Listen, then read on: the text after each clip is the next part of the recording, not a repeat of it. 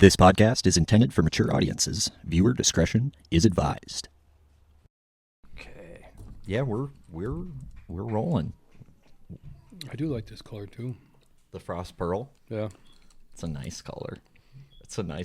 Yeah, it is. I can't believe the hook rash on that bait that you showed me. The picture. Oh, I know. I wish I had it still. That's insane, dude. Yeah. So, Noah Schultz, it's great to be here. How long have you been throwing a glide bait? 15 years. It's actually longer than I would have guessed. Yeah. I'm trying to think. I'm trying to run through my mind. And yeah, it's been pushing 15 years, I'd say. Sunbait fishing in southern Minnesota. Dang. Yeah. And then, like, how many years did you throw it before you realized, like, I need to keep throwing it? Or was it something that when you bought it, you spent time with it right away? Or was it something you bought and kind of, because for me, it was something I bought and couldn't get myself to throw. You kind of buy it. Oh, that's cool. And you kind of set it down.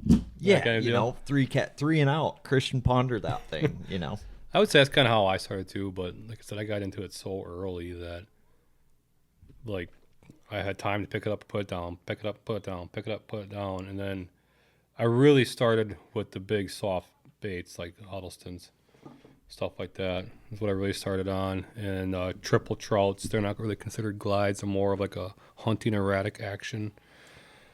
Is that a triple jointed bait? Yeah. Okay. Yeah.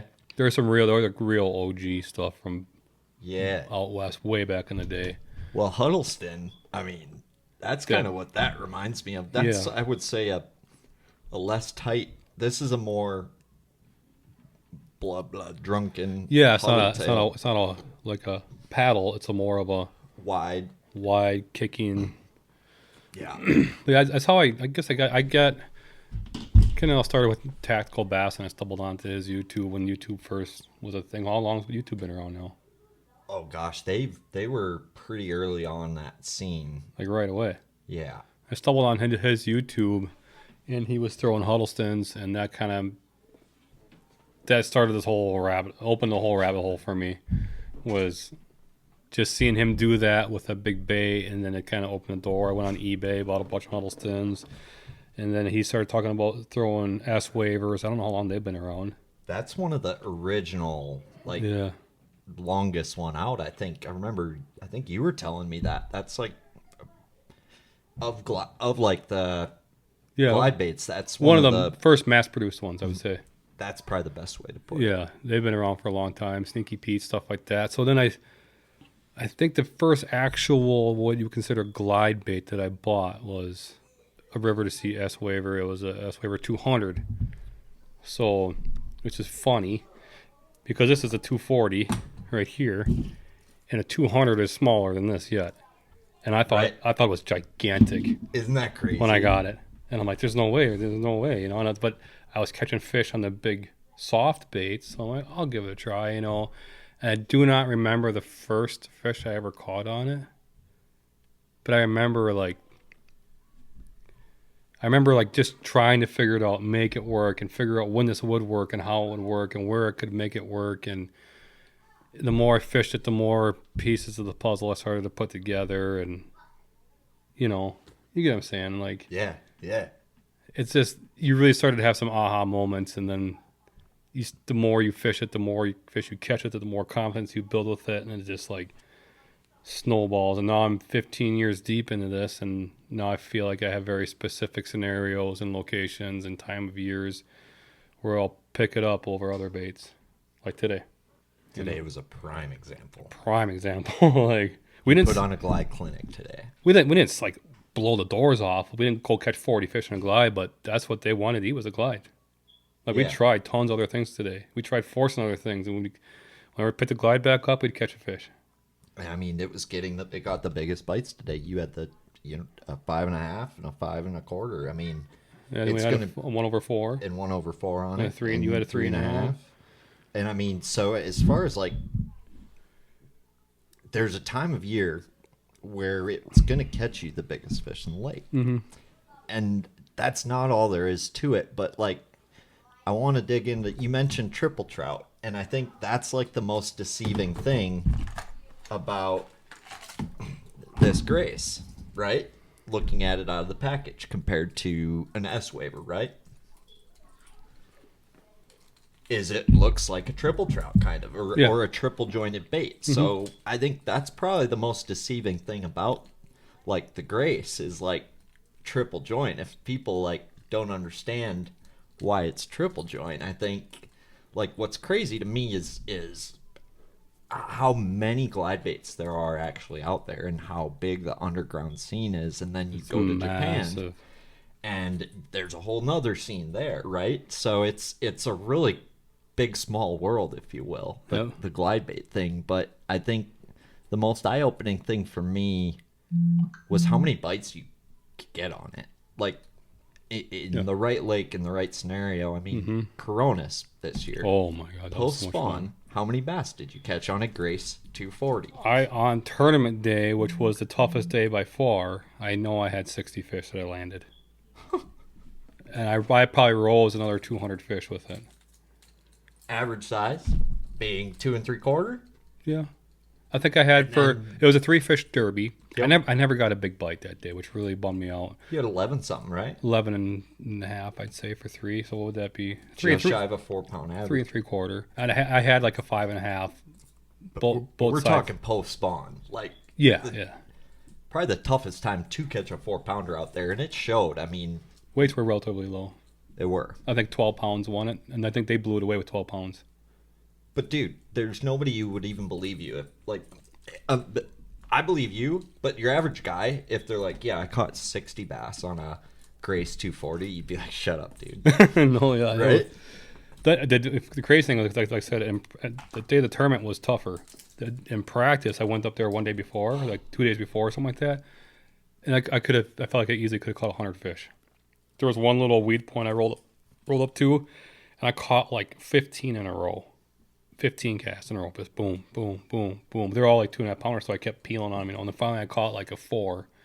So I'm like, well, I better stop now, you know. Yeah. But I could take that thing, go anywhere on that lake, and anywhere there was an edge, a steep break, or a clump of grass, I could pull fish out of it every time and get bit everywhere I went, and it was so much fun. I mean, I'm really glad that you turned me onto this thing because I'm addicted to throwing it. It's like probably one of the most fun things I've done is like short casting, target fishing, and like watching them eat it out of a tree. Or today when you threw that, like, okay, like this bait most people would think is way too big, but I watched you throw this big thing by a dock today, and I watched one. I was so sad we didn't hook up with her. I think it was a timing thing and a window. And that's an 11-inch bait for reference for people that are wondering. This is an 8-inch bait because people refer a lot of times when people talk about glides, they talk about in inches, not necessarily what was that, centimeters? Millimeters. Yep. Sorry. Yep. 240 versus 280. So this is an 8-inch bait. That's an 11-inch bait. So I used to think 8 was really big, and now it's like I consider this my bite getter. Yeah. You know. Yeah. And that to me now is a big bait. Right. Where before I would never even attempt to throw that because that would be just so overwhelming mentally for me to get over that hurdle. I would agree, and I think it's cool because you kind of turned me on to all this, dude. And I remember you talking about in one of our earlier podcasts, like a lot of glide baits, you know, in that 6 to 8 inch size are more chopping baits. Mm-hmm. And I guess one thing that just really drew me to that 240 is it's probably one of the wider gliding baits in its category. I would agree. And you can chop chops it too. really freaking good. So that's like, so typically your target, mine. So I'm kind of guess I'm kind of put a disclaimer out there. Like I'm not a hardcore, like you're through and through swim bait guy that just live and die and that's all they do and all they throw. No, you're a tournament angler.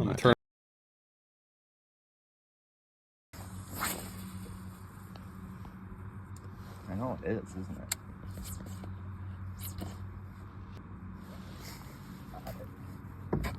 Crushed it. Oh my gosh. Just picked up this new jerk bait. Oh gosh, from Thorne Brothers. It's a Matatachi. Need a smell. And it is the MVP lure today. Oh my goodness.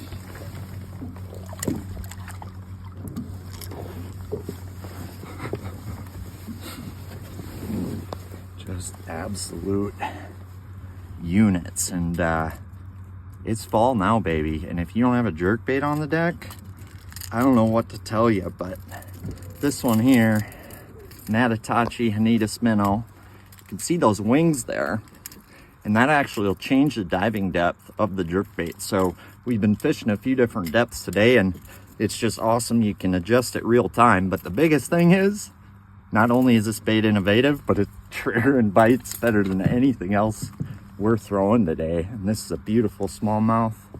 Let's get it back in the water. Thank you, Thorne Brothers. Whoa.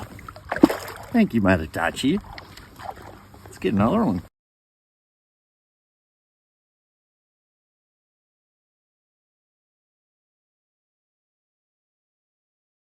I'm an angler that likes to throw glide baits, so I'm gonna probably talk and speak a little differently than like your guys that live, eat, and breathe and sleep swim baits, and they don't throw any conventional tackle. Ooh. So don't crucify me. No, we're not drinking glasses of wine here. I'm a tournament angler, and I'm looking to incorporate this into my tournaments as well too. So it's not like I don't just solely just swim bait fish. So my approach and my opinions might be a little different than somebody that might eat, breathe, and sleep it. You know. Well, dude, how many swim bait snobs have won a tournament on a glide bait? And I'm not talking smack about swim bait snobs. I'm showing you a little credibility. Well, you have a tournament application mindset to it, to the bait, right? Yeah. And how you can apply it. And you have won a tournament. Tournaments quite a few tournaments on swim baits. Yeah. Yeah. So specifically glides. Yeah. And that to me is I don't think there's a lot of people even trying to win tournaments on glides. Or is there? Is there more and more? You don't see a whole lot of it still to this day. I can't tell you. I look around in the granted I fish mostly champs tours. Yeah. I can't tell you even in a 5-fish that I look around in a crowd see guys throwing a glide. No, it's pretty rare because it's intimidating when you think you could grab a jig or a drop shot to get a bite and generate a bite. But there's days where this will outfish any conventional tackle that you have. Like today would be the prime example. Like if we were fishing for 5 fish today, we were just throwing jigs and drop shots all day long. We probably would have. We'd catch 1.5 on a jig, I guess. It took all day. It took 12 hours. Yep. And we threw a jig majority of the time. A lot of the day. Yeah. Gliding a jig. Bottom baits. Yeah. Yep. And we threw a glide maybe 35% of the day, maybe 40%, and that's what generated all of our big bites today. And that's. And we had other opportunities that we didn't hook up with because the sun popped out and it laid flat calm, and then instead of hooking up, they were swiping at it. And we had 3 other big ones roll on it. Right, but like, let's say you're practicing for a tournament. Oh, I love that's throwing. That's perfect. Yeah. Right. Mm-hmm. Sunny, calm. You don't want to hook them, right? I think we've talked about like on the first podcast on Mille Lacs. I was using to show me areas that had smallies. Dude, I think that is one of the most underutilized aspects to that bait. Yeah. Is you don't have to burn your fish. They'll show you a lot of what's there. Mm-hmm. How often are you doing that? Are you doing that everywhere you go, right? Not everywhere. I did it Lahamadu this year for a Champs Tour. A little bit. Whitefish chain. Was it like 2 years ago we were at Whitefish chain? Yeah. Basically, I would say a lot of my practice on whitefish was with a glide, trying to raise fish.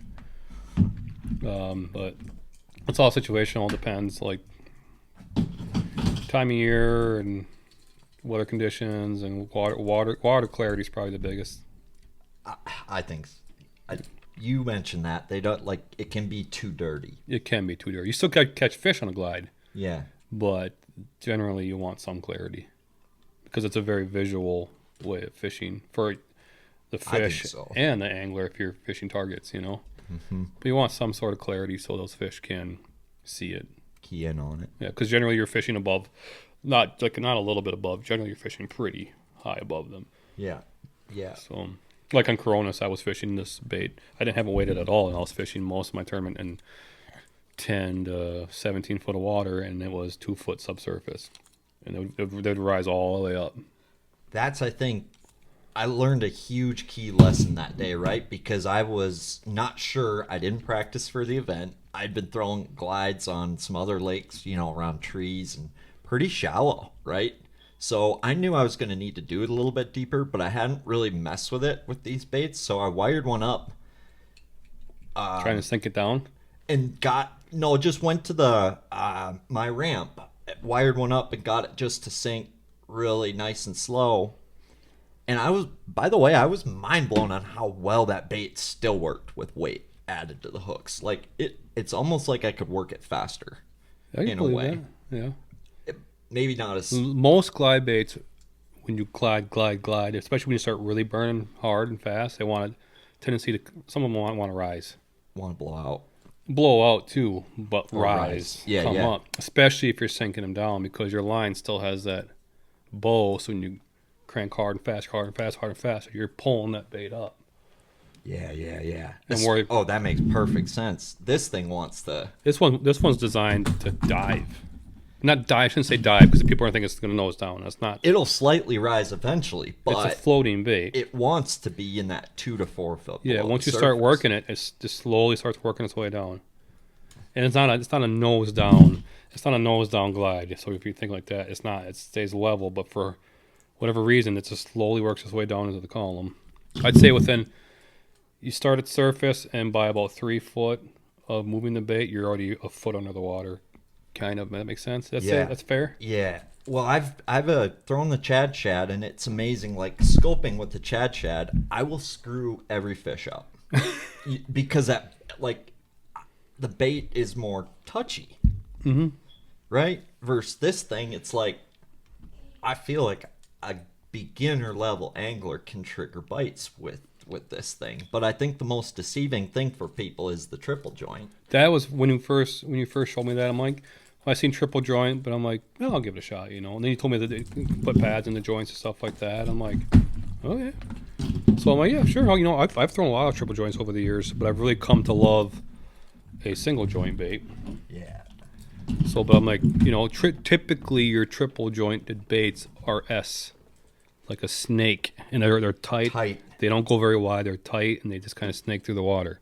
Typically is what you get with a triple jointed bait.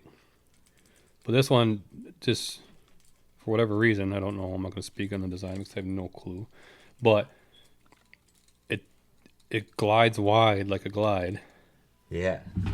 And that's another thing we were talking about today too. Was like this for a small glide, and this is a small glide to me. It glides very wide. It does. It glides it's mind blowing. Like you can hit it and it'll glide off. You can hit it and it'll glide off. You can hit it and you can glide off. It's not. There's real tight chopping baits and there's big wide gliding baits, and this one's like right in the middle to me. So it does both pretty well. It does, and you can tune it, right? So like that's the big thing with that triple joint is like, so that's a 2 millimeter, that's a 1 millimeter. See how tight that back joint is? So you just put that 2 millimeter in, and you basically have a dual joint with a little bit of relief there to help with that. I think it helps make the swim and the glide look sexier, more natural. Yeah. In my mind. We're talking about today. We're playing with the tails soft and stuff tail too. Versus the hard tail and the triple joint. I feel like I'm able to get. It's more of a fluid. Oh, it's so beautiful. Which there's some glides that they're like more mechanical when they turn. Very. That's a really good way to put it. Yeah, it's like more mechanical when they turn, which that can be good sometimes too. Oh, I bet. And those ones typically tend to be like louder and squeakier because they knock when they turn. Because they turn so hard and they hit in the joint, which can be good too. Them pads, I bet. Like Sneaky Pete is, in my opinion, is a really good like dirty water glide because they're noisy and they squeak and they clank and stuff like that. That makes sense. But typically, so they're Sneaky Pete's not very sneaky, is what you're saying. More of a squeaky Pete. Yeah, but they're not. That's a Steve Kennedy baby. Well, I seen that guy. I seen a guy with Sneaky Pete. Yeah. Or is it G-Rat? G-Rat. Sorry, it's G-Rat. It's always been G-Rat, but Sneaky Pete is the name of their glide that they make. Got it. Which that's a very affordable glide bait too. But that's very mechanical hinge and glide, very mechanical motion. Where this is like, it's not an S, but it's more of like a glide, and smooth and like seamless. If that's a good word for it. It does, and like, so think of it. I mean, right? The way I think of it is like you have it comes out of the box loose, right? No bumpers. Yeah. And you can tighten those joints up essentially to customize that swim. Essentially, you got between the hardtail, the soft tail, 0.5 millimeter, 1 millimeter, and 2 millimeter joint pads. How many baits do you have in one bait? Yeah, quite a few. And then wire. Yeah. Do you need another one? It's a good. In my mind, that's the only glide I want to throw. It's a good like dual glide. Yeah.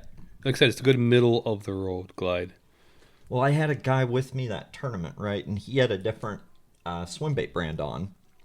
And we were scoping, throwing upwind. His bait, like... a sail? Yeah. It was like, a little shorter than this and taller single joint. And it was like... Wants to tumble? Oh, it was just... You couldn't throw it far in the wind. It was like you needed to not This one wind. casts really well. Yeah. Very well. Like, and the other thing too, like, I'm still talking about Coronas. So I had my son with me, and I had him throwing a mag draft, which you would think that would be the bite getters. That would be the bite getter. That would be ticking the tops of the weeds. You should be mowing them down. I was catching 15 to his 1 probably on this over a 6-inch mag draft. Do you know what I think about that? I think it was post spawn, and that makes perfect sense with the start and stopping aspect. Could be. And but I think versus a consistently moving. Yeah. Bait. Glides do really good post spawn. I could see that. Pre spawn, post spawn, and fall time, right? Cold water. Fall's my favorite. But today was like this perfect scenario. And today was a good, like, and I haven't gotten to experience like the fall bite with this, but you picked it up really quick, and usually I'm like slow, then I speed it up, and you noticed it today. What'd you notice today? Well, right off the bat, I caught that 5.5, like what, 10th cast? 10th cast of the day on a Grace 240. We've been fishing a jig for what, 30 minutes at this point. Yes, fishing a rock, just fishing your traditional, fishing some rock, offshore cover, stuff like that. A couple little grass patches, and I just pick up the glide, and I bomb it out there, and about 10 casts later, boom, hook up with a 5.5. Fire back out there about 5 casts later, have another one follow it and watch it on Mega Live. And he's right on it, he's tracing it, so I'm hitting it, getting it to just dart, boom, boom, boom, boom, boom, boom, boom. And he can't tell he didn't like it, he kind of turned off. So I'm like, all right. So I fire out there, and I just keep slow crawling it, slow rolling it, just big wide glides, boom. Just a steady, slow retrieve, bang. Sock another like 5.25. Yeah. And it's like, so real quick, it's like, okay, they want it slow and just methodical and wide and glide. Because I would try chopping them, and those fish would turn away on live. Well, and sometimes, like, if you keep it slow and steady, they'll lose interest. So chopping them's what, like, from my experience, chopping them's what makes them eat. Slow and glide's what steady calls them in. But once again, I'm kind of really new to this compared to you. I'm 2 years in, you're 15. It depends on the day. Depends on the day. So like one day of practice on Coronas, they want it as fast. You could not chop this bait fast enough. I believe it. And like my arms were getting hurt. I was getting wore out, and just chop as fast as I could, and they were just absolutely clobber it. But the day of the tournament, most of my fish just came on a slow, steady reel. Really? And Did you speed it up to get I could speed it up to get a bite. It depended on the fish and the mood. Yeah. Like if they were coming up slow for it, they were slow risers, you chop, then they'd speed up, Yep. But most of them, you start. And they'd come fast, then you just keep it. Yeah, they'd come fast. But then there's some of them too, like you slow roll, you see them come up, and if they're coming up super fast, I would just keep pace. And then just T-bone it. But like if they're coming up slow, then you could chop, chop, chop. Then they'll like trigger them. They'd come up really fast and get it then. But the day before that, like you had to chop as fast as you could, and it was insane. Dude, and I think putting wire on the baits, thinking I needed it to go down further, I think I got less bites because I think they didn't. Because you get them to commit further, they're like, well, shit, I already swam I went this far. I might as well eat it now. Yeah. The further we drove all the way to the lake, we probably should dump the boat in, right? And it was the weirdest thing too. That's like another hard thing for people to get over too. It's kind of like shaking a minnow.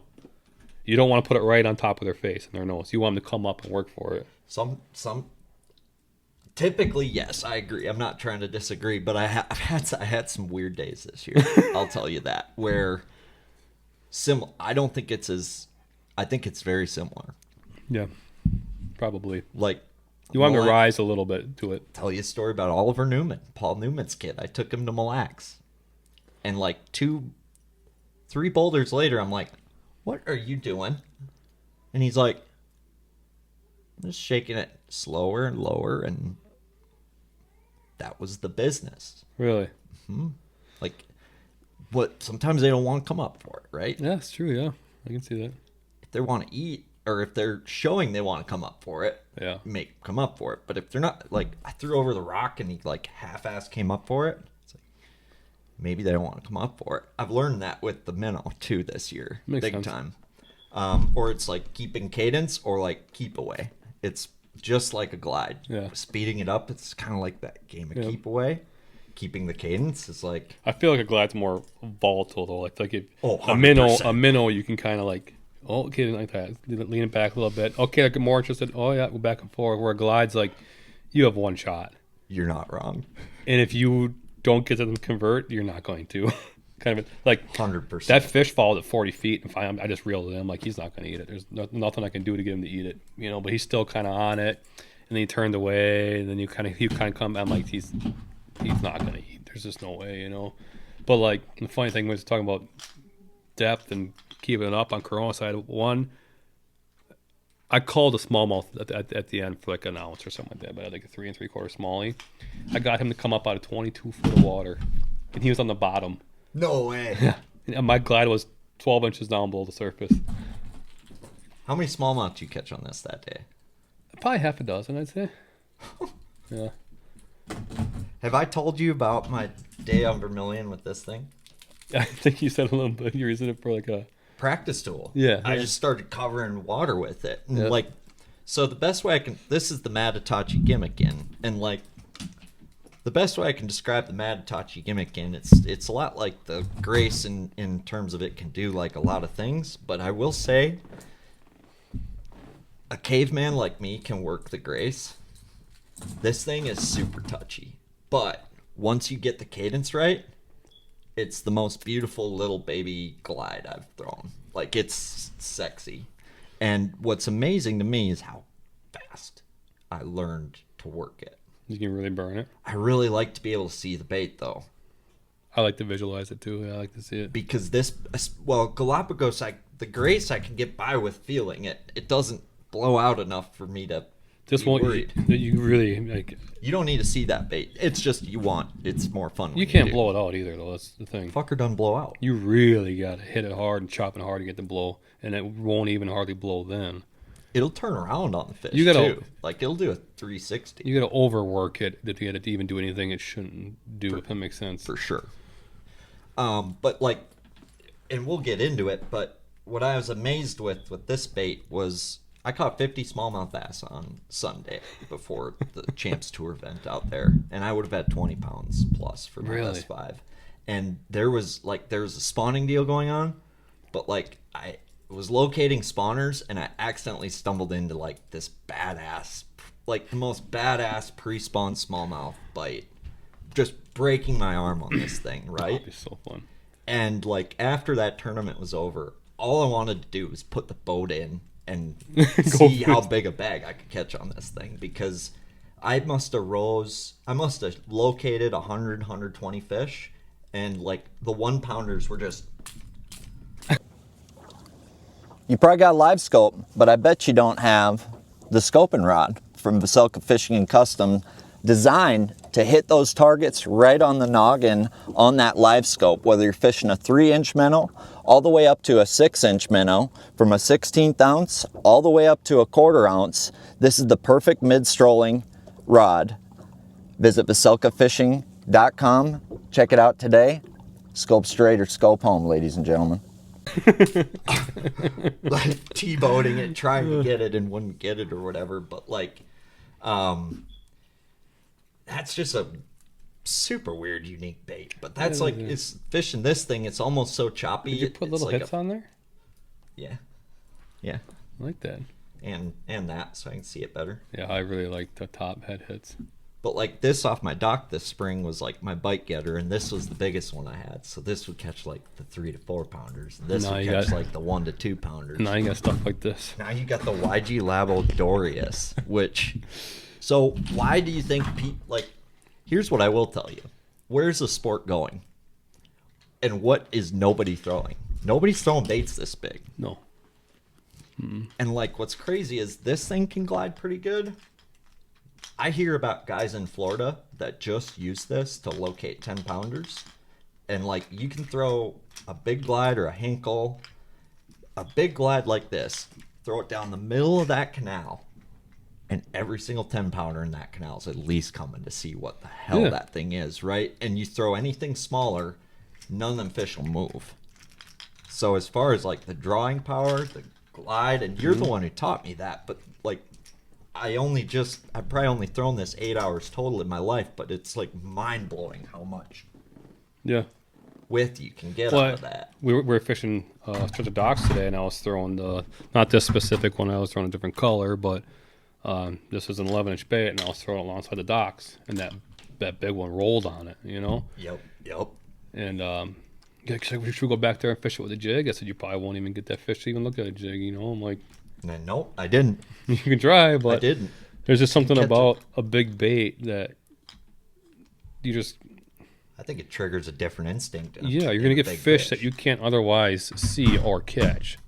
But it doesn't, it's not an all day, everyday bait. It's it's another tool. Like it's not the end all be all. Obviously, no bait is. I feel like that's like, this is gonna show you big fish and catch you big fish, but it's gonna get you less bites. This is gonna get you bites. Yes, Like, this will get you bites. it's a bite getter, but a big fish getter too. That'll get your PB. Yeah, Because I sent you one, like, how many casts? I think I made like 20 casts that my first day fishing, and I had one that it was over 6. I sent you a 6.5, picture. I think. It could have been like 6.5. Giant. It was You huge. said you caught 2 on it that day or something. Something like that, yeah. I can't remember. That was this spring. I've been fishing these a year now, so I have a lot of time with these baits under my belt.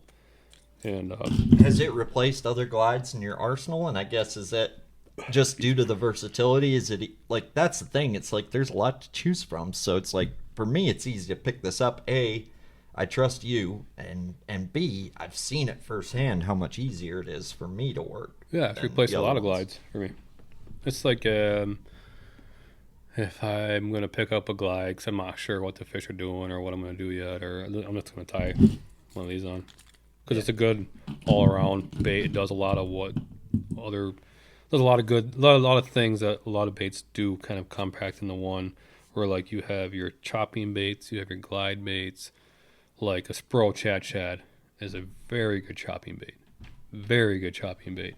Like you can keep it there and it'll chop. Really tight. But if you want to just cast and cover structure with it and reel and draw fish in, there's better baits. Not knocking Chad or anything. It's just that is a very good chopping bait. And this is like, and there's gliding baits.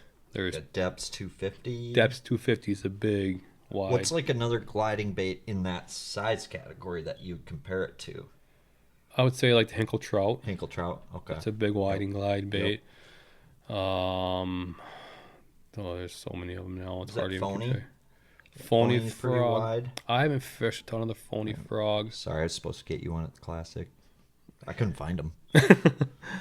I would say the most well known probably the Depths 250, and that is a very big, wide glide, and that draws fish in like that does. That's the same big whiting glide. Is it just, can you work it as fast as you can work this too? No. So that's kind of the difference between this and the depth 2. And is it more touchy too? The depth 250 is touchy. And people, please don't crucify me if you're a depth lover. Oh, no. I It's have personal tons. preference. I love depth 250s. I've been fishing them for a long time. I don't have any of the modified ones or any of like the OG depth 250s. I have the ones that are available that I can get. And yeah, you can blow them out. You can overwork them. I mean, they like to rise, like the nose high sometimes. So you gotta kind of fiddle with them and get them to run right and stuff like that. But don't get me wrong, they absolutely draw fish in and catch fish. For that one, it's not as touchy. It's more user friendly. Would be a good way to put it. It's so user friendly, and this the speed variance. That one does different stuff more with the bumpers. Like I notice it more. I would say though, like the depths 250 might have a hair of a wider glide, but this one's probably more consistent without tuning it, without doing anything to it. Just right out of the box, throw. Well, that's a big deal because how much is the depths 250, and how much are some of these? Like there's like $500 glides that you buy it and then you have to tune it still. Yeah. And I've bought some of them. Not $500 glides, but I bought plenty of garage made glides that I've paid good money for. You know, $150, $200, and they don't glide worth a shit. And then you sell them because they're not what you thought they were going to be. That's one thing about mass produced baits. I know, like, they're at least consistent. You're always going to do the same thing over and over and over again. But like your glide bait snob would say that a mass-produced glide doesn't perform the same, and I would argue differently. Like I would maybe agree with them until we're talking about this is the. I guess the Chad Chad. I think like first the KGB. I bet the KGB is better, from what people I've talked to. Probably, like, but you're talking very small, minute. But you can almost feel the. And I'm not knocking him. I've caught fish on him. But you can almost feel the Tonka truck in a Chad Chad, if you will. Yeah. Like, more clunky. Yeah. Almost. But, I don't know. Versus, like, a throwback baits. It's pretty smooth and kind of, like, they're smooth. sexy feeling, right? Yep. I have a few of them, too. And this is, like, like an S-Waver, too. I've thrown an S-Waver. I've thrown a Mollix. I've thrown a lot of mass-produced glides, and none of them are easy to work. No, you got to kind of impart some action. There's some, off the top of my head, mass-produced glides. Like I said, Spro is a very good chopping glide. Best one I've found before I found this. Chopping, but like very tight, very tight. Like this thing, no bumpers. Yeah. And then you got like the Arashi glide, mass-produced. That one's good. Yes. That's a good budget glide. It is, and it has. I'm not trying to like nitpick everything, but Dude, it's a $40 bait. There's going to be drawbacks. Ups and downs of every bait. There's some baits that are really good at one thing, not so good at other things, and they're not made to do everything well, obviously. But the Arashi is a good all-around bait as well. Chad Chad is a very good chopping bait, but when I'm like I prefer more of a gliding bait than a chopping bait. Me too. If that makes sense. Well, that's why I really like this one. Because I love fishing cover with glides, and that's a Chad Chad chops really well, and it does a good job. But that's all I really use it for. Yeah, you want to fish a flat, or you want to cast over here quick. You feel like you got to pick up a different bait. Yes. Versus with this, you can throw the same one. I can roll alongside a dock. I can chop, chop, chop, chop, chop. Okay. Little Patrick Grass over here. Make a 70, 80 foot cast with it. Slow roll it, or chop, chop, chop. Hit it, chop, chip, chop. Slow roll. Like, I don't have to bend down, pick up. I don't have to change baits. I can just do everything I needed to do in one bait. If that makes sense. Yeah. So back to the wire around the hooks. So like, when do you want it to sink down? Like Coronis, for example, like you absolutely didn't. But when is a scenario in your mind where you want the glide bait to sink? Water's getting colder. They don't want to travel as far. Today, you know, like little wire on it. Yeah, I get it. They don't want to. They're not going to come up 15 foot up. Maybe. Yeah, there's days. But I think that the colder the water gets, the more that, and they're not willing to travel as fast. It seems like too. If you're getting temperatures, for sure. If you're getting into the 40s for temps, like mid 40s, I want to get closer to that cover. You know, And if the fish just seem like kind of weird off move, get closer to the cover. Or if the water's not as clear, I want to get closer to the cover. So it all depends on the scenario situation, but water clarity, in my opinion, is number one. Water temperature is number two. And then I guess mood of the fish probably after that. So water clarity, water temperature, gauging mood of the fish. Yeah. Yeah, that makes perfect sense. And like, have you ever had those? I remember I would have dreams as a kid where like I would be running from a monster or something scary, and it's slow motion. Oh, yeah. And like I can't run fast. But Yep. that's the bass when it's 40 I'm some sure degrees. it is. Gotta be it. Yeah. Like we throw blade bait a lot. I love throwing a blade bait for smallmouth, and it's like I think most people have a tendency to really overwork a blade bait. Yeah, First time probably. you pick it up, but it's like you have to remember you're calling a fish into it, and they are like smallmouth are usually and yeah, 2 hours of the day there might be a little more pure. Well, a lot of those fish catching on a blade bait too have mud on their bellies. 100% they do. They're wallowing over to it, and they're going.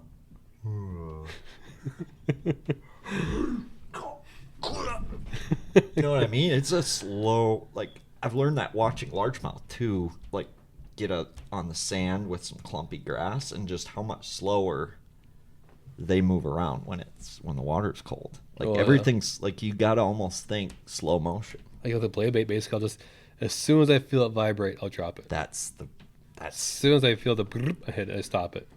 Stop it. I bet you know how to catch them on blade bait because that's exactly how. Like when the water gets cold and you ain't getting bit on anything. You don't want to. You don't want to go that's- whoop and then drop it way up and then drop it. You just want to. As soon as you feel that thing hit, vibrate, drop it.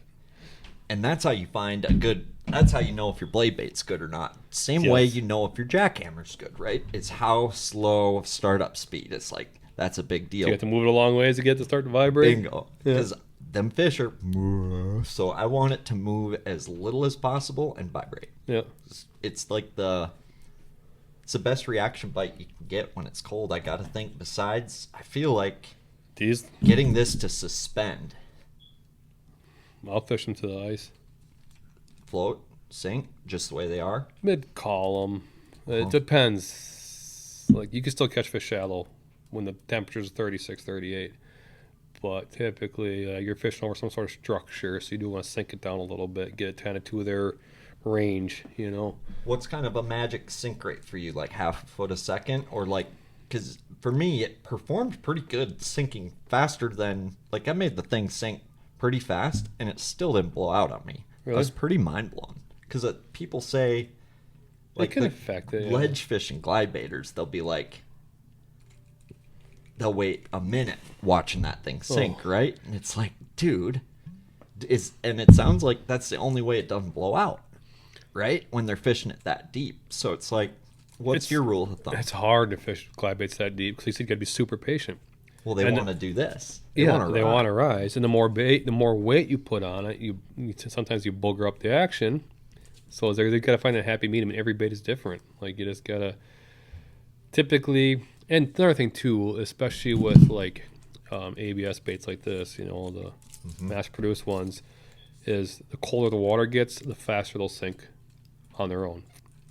So you need less weight. Yeah, yeah. So the colder the water gets, just wants to sink faster anyways. That makes sense. So Kind of like a jerk bait. yes, Yeah, like it's when similar. like a mag draft or mag draft, sorry, mega bass fish at 110, stock out of the box when the water's in temps in the 30s, it's gonna sink. Yeah. It will not suspend. Like you got to know, like Yeah. Oh, 100%. yeah, like you'll jerk, and you'll see them fish start to rise up, and you'll jerk, and you'll hit it, and you'll wait, and you'll pause it, and you just watch it on live start sinking. You're like, no, don't sink, stay there. I was messing with this jerk bait because I wanted to see A, how I could get it, how deep I could get it, and B, how much weight I'd need to add to make it float or sink. And I remember I stripped it out and I got it down, I think it goes like 10, 12 feet, and then started sinking on me. I'm like, no. Cut a little weight off. It was fine. But yeah, that's so I use lead wire. I know there's all sorts of companies that make. I like that. It's just so easy to adjust. I don't like using strips. That bait will take strips. I've seen him. I've seen Cato. So Cato's the owner of Galapagos. He's a full-time guide on Lake Biwa. I'm probably gonna be fishing with him while this podcast is coming out. I might be fishing on Biwa with Cato, but I've seen him add a strip right. I think right there. Yeah, typically you do it on the belly. You do it typically when you weight your swim bait. You want to lay it front hook or the head. Really? Typically. That would make, with most of them wanting to rise, like you mentioned, that would make perfect. It's typically where you want to weight them. And if you really want to sink them down, sometimes you got to wrap both hooks, but more of the wrap being on the front hook. But you're fishing pretty deep then. For sure, that makes sense. Like a lot of stuff that I'm doing around here is, that 8 to 15 foot. So usually just a few wraps with some lead on the front hanger. That's all you need to get it down. And then you'll add a little to the back too sometimes? If I really want to get it down, like really deep. Sure. Or depends on the glide. Some glides are high floats and you got to add more weight. Some glides are sinking glides. So it all depends on the glide. You just got to, and it's so easy now with live. I was doing this years before it was live, and took a lot more patience back then because you had to try to visualize where your bait was in the water column, but keep it above the structure to keep your treble hooks from hanging up in the rocks or keeping it out of the grass. So you always try to have to count it down. 1,000, 2, 1,000. Okay, I should be about 7 foot deep right now, and you try to keep it in that zone, in your mind, keep it there. So that was, and live is now. It's like, oh, okay, there it is. Doop, doop, doop. Grass was the only thing that would help me fish those types of baits. Not that, but like a soft swim bait or like ticket. Correct, and it always impressed me. Like even a lightener. I know lightener would swim shit mid column like well before live scope, and I'm just like, man, it's just the lack of confidence. Like you need to really have them tell you you're doing it right. Yeah, and it's hard for me to do it. And when you're sinking glide baits, like I always do a lot of my glide bait fishing in the fall, you're only fishing for a handful of bites already, anyways. Totally. So fish for big. It was fun though. It's like I was ate up with it for years and years and years, and I still am. But I just for 10 years, I was the only guy that was even had these, even owned these in my area, anyways. I don't know about up in the cities and stuff like that, but southern Minnesota. Nobody threw any swim baits at all ever, and I was winning tournaments on them. What's the biggest bag you've weighed on a glide bait that you remember? Probably not as big as you would think, but it was just shy of 25. Dude, that's a mega sack. In a derby. 24 pounds of largemouth up here. How often does that happen? Not very often. Well, today we got 24. I know. We're fun fishing, but Yeah. in a tournament, right? Yeah. Your southern lakes get it. It happens, but and how many tournaments do you think you won on a glide bait? If you're to guess. I won't hold you to it. It's got to be a dozen by now. I'd say at least a dozen probably. Do you think there's anybody in the state of Minnesota who's won more tournaments on a glide bait? I don't even want to. I don't know. I'm sure. I don't know. If you're listening and you know anybody who's won more than a baker's dozen tournaments on a glide bait, shoot us a message on Instagram, and maybe we can do a head-to-head glide bait battle between you and Noah Schultz next fall. I 100% only throwing a swim bait all day long. I'd say probably a dozen. Incorporating swim baits somehow, some way into my tournament. Another 10 probably. I'd say on top of that. How fun would be a late fall swim bait only tournament on Big Stone be? Glide bait. Depends on the water clarity. Totally. That lake it's dirty in September. Glide bait actually only really dirty it's dirty in November. I've been there close to ice and it's really dirty because the mats are down. If I can fish a soft body swim bait, then yes, I'd be 100% down. Oh, that thing would crush in Big Stone. Soft bodies outperform glides in dirty water. In my opinion. Yeah. You mentioned that, and to be honest, it makes sense. You got more water movement. I'm trying to think how I would rig this thing up. I think I'd run a stinger down the back. Think so? Yep, and I would... On the bottom, pump it. Doom, doom, doom. What happened there? I don't know. I was going to I ask set you. the hook on something today with it. You did. And I saw a boil, but I didn't like get enough feedback to feel like it's definitely a fish. Keep in mind, this is 2 pounds of meat, so I thought you just put a bad hook on there. That's what I thought. I took it off the 280, which these are good hooks on these Galapagos. Well, I thought you just had one like off my floor that was bent out or something. I thought you grabbed. I grabbed them off that 280. So, makes me think maybe I must have hooked Well, wood. you said you had a bite on that one. Yeah, but Oh, that shouldn't have right. done that. No, yeah.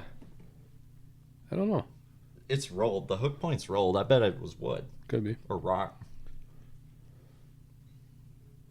I think it's pretty cool though. It's like I feel like, I don't know. At first I'm like, man, that's big. But then I'm like, man, Noah would throw it.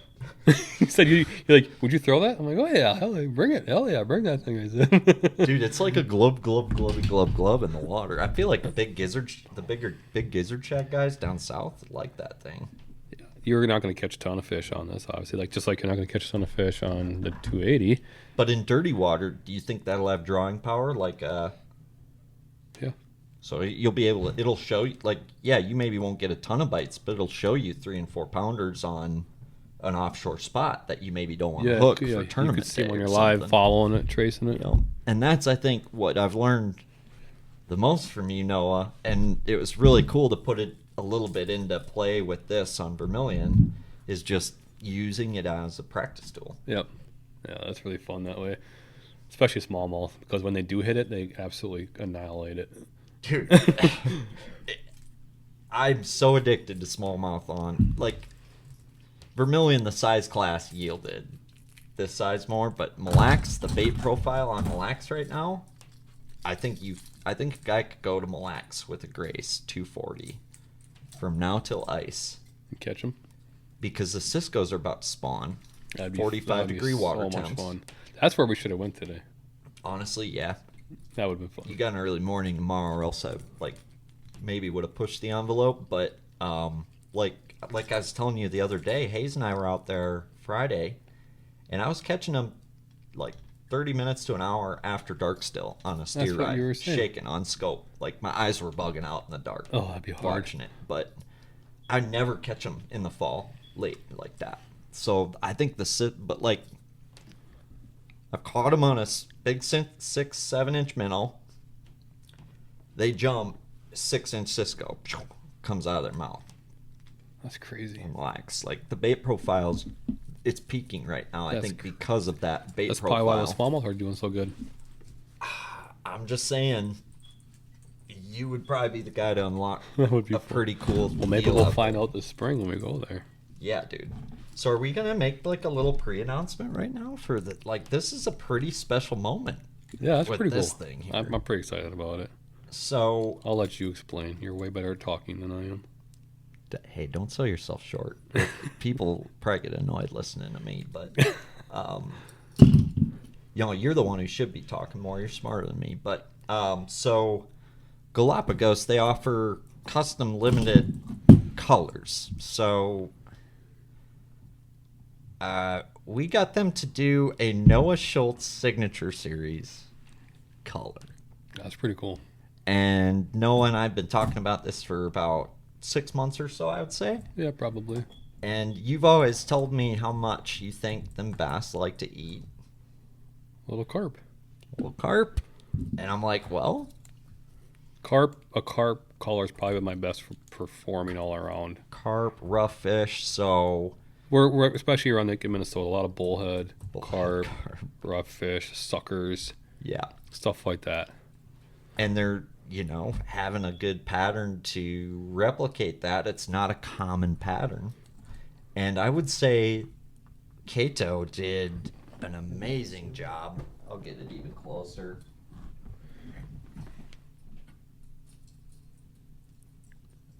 Pictures and video don't do it justice compared to in person. That's one thing we learned. It's got a little bit of a shimmer too when you can see it in person when you roll the bait.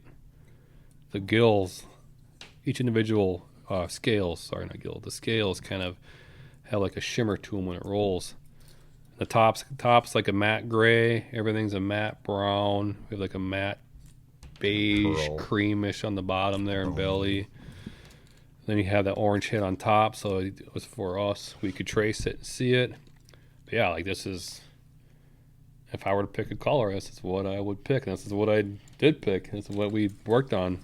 And it's it's like a matte carp with like that mega bass kind of matte shad finish Yes. to it, and Yep. it's just kind of something extra sexy and special. Matte gray top. It's got a nice bright orange hit on the top.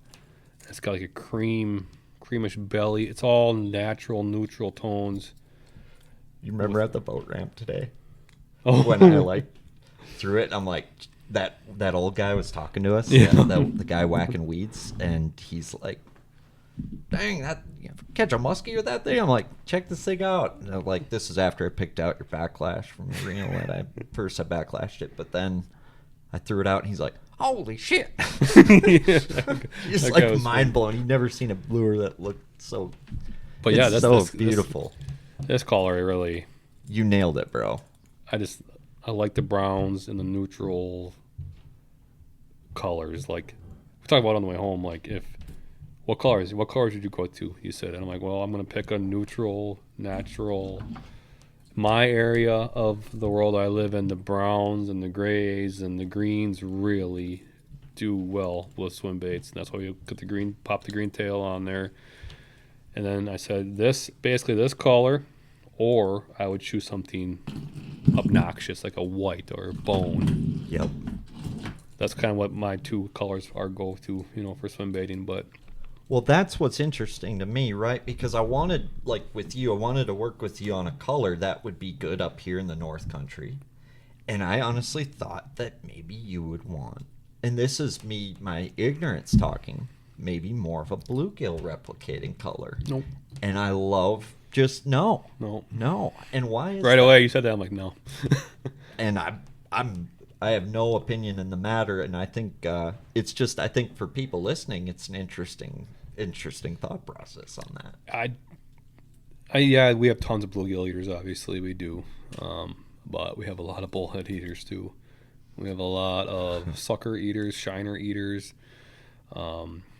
perch eaters, but like I said, I've been doing this for a long time. I've been swim bait fishing for a long time. I don't have near the hours as some like swim bait hardcore guys do on swim baits, but I have, I call it 100 hours a year, maybe, I guess is probably fair, maybe more. That's a lot. Swim bait fishing.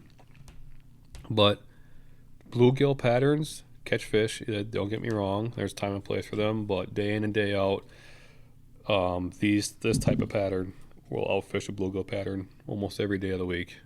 And I don't know why that is, but it just is, and you can't argue with what I don't know why they do, like the whites, the browns, the natural colors, like they just outperform a bluegill pattern for me a lot of times. So that's why I wanted to go with something like that. In my head, it makes sense, right? Aside from maybe a clean body of water, like a Gull or even Coronis would be maybe a lake I could see a bluegill pattern going, but at the same time, like, you think about the digestive ability to take down something. A softer bullhead or a softer, like, Longer, skinnier. That's an easier thing to digest, especially when we're talking cold water. Yeah. You want a freaking crusty. You want to try and break down a crusty bluegill, or do you want an oily carp or bullhead? Well, this too, like, think about too, like if they see an 8-inch profile that looks like a bluegill, they're gonna think, I don't know what I don't know what they think, obviously, but I can only assume what they think. Like they see an 8-inch bluegill, they're thinking it's gotta be that tall too, like 100%. Yeah. Could be intimidating, but there was one very specific bait that I fished that is a bluegill glide bait, but it's smaller and the color is not bluegill. It's a bluegill looking pattern, but it's the muted, like more, a more of a brown green sure pattern. It's not like a poppy bright bluegill color. So that's just my experience. Whether it's, you'll take it with a grain of salt, experiment obviously, but because my way is not the end all be all. But this is just what I've found over the years, and this is the colors that I have confidence. Don't even think about skipping this. You see, there's ads and there's tisements, but this is neither. This is what you call a BSA, a Bastronaut Service Announcement, letting you know, if you don't know, that this podcast would not be possible without the support of Thorne Brothers, a famed Minnesota local independent tackle shop located in the North Metro, offering us anglers the best selection of fishing equipment in the North Country. They carry all your favorite American staples, some sneaky American staples, the top JDM brands like Megabass and Depths, but also now carry all the sneaky Japanese offerings that are tough to find anywhere else. On top of that though, they have an expert staff of hardcore anglers that not only knows the products, but where and how to fish them. Stop into Thorne Brothers or visit their website, thornebrothers.com, and equip yourself with the most cutting-edge tools to maximize your time on the water. In just colors like this, that day in and day out, and good clear water. You know, visibility of what was it today? It was like visibility like 2 foot. 2 foot stain. I would say it was nice, perfect stain today. Yeah, it's like a 2 foot or more visibility. These Noah clean teal stain. Yeah, clear water for me, stained for teal. This is stained. This was a good color, all around color.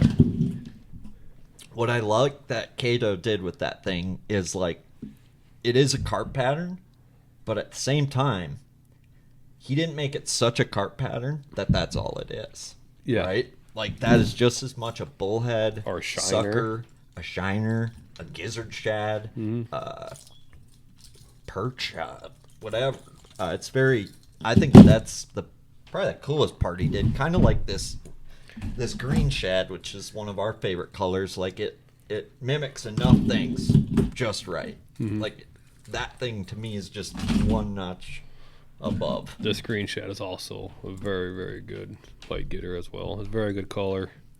Like, if you would give me a whole lineup of glides and say which colors do you want, these are my natural colors that I'm gonna pick right off the bat. These, I naturally gravitated towards this one right away. Southern Minnesota, largemouth, dirty lakes that are clean. Dirty lakes that clean up. Dirty lakes that clean up. In spring and the fall, our lakes are clean, and they get dirty in the summer. And Coronis is similar. Gets dirty in the summer and cleans up spring and fall, right? And this color to me would be more dirty water. Dirty. I like this color a lot, by the way. You're throwing that a lot today. Yep. I didn't catch one on that color, but there's river guys like the frost pearls. Well, there's time and a place for these colors. Like, these are more, just more boom bright, you know. Like, there's time and place for that. Like, I do really well on white glides around here. So there's a time and place for these poppy bright colors. There's a time and place for these too. So you just gotta figure it out for that day. You know, you just gotta play around but like, if I'm gonna grab a glide right out of the box, more times than not, I'm gonna go for this first, and then if I have some sort of stain or dirty water, then I'm gonna go to the whites and the poppy colors, or I will play around with them too. Like, I think one of the first glides I bought, hard bait I bought, was a trout pattern, and then I bought a white one, and the white one outfished the trout pattern. Like a bone or like that. Yeah. White's great. Yeah, you can't go wrong with white on anything, basically. No. Did I show you the 210 yet? No. That's the new 210. You give it a smaller one. What's up with the bill on it? It's got some changeable bills, so that's the one bill, and then it actually comes with a leaf tail. How come you didn't It's more of a crank down. break this out today? I should have. I just didn't even. I forgot, to be honest with you. Can you run this bill either way? This way or this way? I think just that way, but don't quote me. I'm still figuring that thing out. It's I got to spend some time with it. There's the other. That's the normal bill it comes with. That one might go both ways. I think it might just only go the one way. So you can run with the bill or without the bill, either bill. Yep, and then it's better with the leaf tail with the bill, right? Because same with, right? So the Gimmikin and the Hanitas actually can change the tail out, right? So that Gimmikin, if you were to run the Gimmikin with a crankbait lip, you'd want to put that speed tail on. Yep. Or else the thing is going to blow out on you and that thin tail works right. So Did you bring this today in the boat? It was in. No, I actually left it in the truck. That's the issue, because I was thinking about the gimmicking and that. But yeah, the leaf tail works with the bills, and then you can actually put a 240 tail in it and chop it. It's much tighter. Okay. Or it's different. I will say. Like, it took me a second to get the cadence, but it's sick. It's different. Like Tyler Moore is saying, he likes that one the best. Yeah, But he likes these too, and he is like a cult swim bait. he dude. is like, he likes to use the lips and stuff and like all of that. He's And I'm fish- like, I just want to make it chop. He's glide. fishing with these too. That's what he messaged me on How come he didn't tell me? Facebook. Hey, Tyler, if you're watching this, you're holding out on me, bro. You'll have to text him, but yeah, like that's what's cool now. Like with the Japanese, is they're making I a guess versatile bait. that right there is like a testament to like we're not just trying to sell baits here. Obviously, like there's something. No, that we're trying to teach people. This is a very good bait. If like Tyler Moore, he is like a swim bait guru, and if he says they're good, they're good. There's one guy I ask, and it's you, and I know you ask him, and I know I do. he's definitely. I ask him a lot of questions about swim Just baits. starting to get to know him a little bit, and he's definitely a resource I'm going to be hopefully leaning on Oh, he knows. a little bit more with this He stuff. probably knows twice as much about swim baits than I do. The swim bait snob the world needs. He's very well versed in swim bait fishing. But I mean, I think that's the next thing, and that's what you're seeing like with the Japanese swim baits that they're doing a really good job of, is making sure that if you're going to spend the money on a bait, that you're going to get a lot out of it, right? And Yeah. that's a lot of different things. So like being able to change that tail with a lip and that, like that you would've can been fish that as a crankbait, a crankdown. I can't believe you didn't bring this today. I'm sorry, I meant to bring that box, and I left it in the. I didn't even know that this was a thing. Now you do. I only held out on you like not that long. That's my only one right now. There's a truckload coming in. Not a truckload, but like A lot. 50 or 100. See, this will be fun to play with. So like for me, I've never fished this, but my first thoughts right out of the gate with this tail and the lips and everything, I'm thinking targets. Oh yeah. Targets, tocks, wood, small pieces of cover where you can keep it tight to the cover, work it fast and erratic. You're thinking whoop that sweet ass and champs tour with it. That's what I Champs glad. Yeah. That's what I was seriously thinking. Like, Well, no, that's the only one I got. Like, not leaving you with that one. I'm only leaving you with things that you can't I like whoop my that. ass with next year. I like the paint on this one too. It's pretty cool. That's a good color. Ibushi Hasu. It's actually a really good. It's got that green hue to it. It's gizzard shad, very gizzard shad imitator. That'd be a good go-to color too. I bet this would be a good river glide, Yeah. probably for that size. But the boys been catching 'em on that thing on the river. Another thing I want to preface too is like, anybody outside of like the Midwest here that's listening to this podcast, like our bait fish here, we don't have any shad, at least No shad. no shad. It's all bluegill, perch, bullhead driven, shiner, sucker driven. So like all my choices and glide bait experiences are based on that bait fish profile. You know, and if you're a Pokegama guy or a Northern Smelt Cisco guy, you're maybe gonna lean more on like A this color. side or That frost size, pearl that color like that. or Yeah. Garajas or something like that. I'm just talking about for like upper Midwest. This is like it covers most of our area, I would say. 100%. We have a lot of bluegill eaters, a lot of bullhead eaters, perch eaters, suckers, shiners. We don't have any shad, so you kind of get a different animal per se. You know, I want to go fish like Bluff Falls with this down south. I bet it's money. that'd be on fun. Bluff Falls. Yeah. This is a good affordable way if you're on the fence about trying it, or if you're already dabbling a little bit. It's a good affordable way to get a good, and it's durable too. Dude, I banged a bridge with it. I'm like, no, it's broke. And I fucker haven't looked sunk great. one yet. I haven't either. I haven't broke one yet. I haven't. You see what I do with them on docks. Well, that's where they're good. They're really good around docks. Yeah, like You were freaking so. Yeah, I flip them. I skip them under docks and stuff. And I bagged I've off a seen few that. posts today. Oh shit, yeah. Hey, you gotta risk it for the biscuit. And I have yet to. So like that, there's a lot of glides in the market that I have fished. That are good glides, amazing glides, tons of fish on them. But if you hit a post, you only get a couple posts. You only get a couple mistakes to make, and then next thing you know, they're sinking. And once they start taking on water, they're done. They don't swim right. They take on any amount of water, they're done. They're toast. They're in the garbage. You gotta buy a new one. And this one I have. Well, that picture I was showing you, the one that was all chewed up. I don't know how many docks I hit with that one. Dude, that thing is. I had so many docks in that thing, and it still ran true. It still floated. Yeah, dude, you caught. Yeah. It didn't take on any water. Caught hundreds and hundreds of fish. Where did I? So yeah, so for $89.99, so you can get a 240, and then you could get a $5 bumper set. That's gonna allow you to really do everything you need to do with that bait. $100.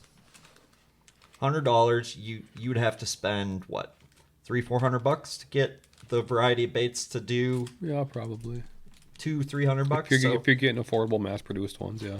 That's I think the value with that, right? And then same with if you're balling on a budget, that Dobbins rod, not everybody can afford a Vocelka $300, $350 glide bait rod. Yeah. If you can, that Vocelka's sweet, but dude, you're making hay with the Dobbins just fine. Oh yeah, so that's I was actually fortunate enough to partner with Dobbins this year, and but even prior to that, 3 years ago, my first podcast with you, I was saying this is the rod. I remember that. Yeah. You need a Dobbins Fury. If you're like me, I'm a tournament angler, so my main focus is not glide bait fishing. It's my fun, my pastime. I try to incorporate in tournament when I can, where I see fit. So I'm not going to dump $1,000 on a swim bait setup to throw a swim bait. I'm going to make it an affordable approach. And Dobbins Fury 806, Dobbins Fury 795 would throw this beautifully. 795 would throw this beautifully.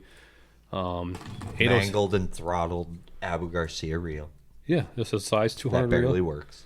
I'm just kidding. That thing has seen. It worked for me, bro. That reel has seen some bass. Yeah, they're old Gen 2 revos. They're just big spool 200, nice, but they fit nice in my hand. Your 280 reel didn't do that to me. Just your 240 reel. That's an old Abu too. I just love the character of that thing. The thing was. They just keep working, so I just keep throwing them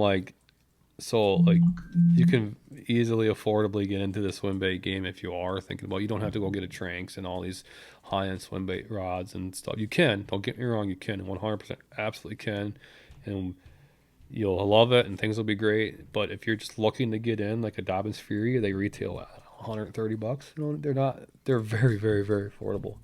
I've been rocking the Dobbins 806 for my 8-inch glides, 8-inch mag drafts, Baca burritos, Huddleston, stuff like that for years and years and years now. I have a couple 806s I rock for baits, like your medium, middle of the road baits like this, and they work phenomenally. I've been doing it for years. I've been rocking those. I have a couple of them. I got a 795 this year for some smaller ones or for pitching real tight stuff. Like today probably I was pitching with an 8-foot rod.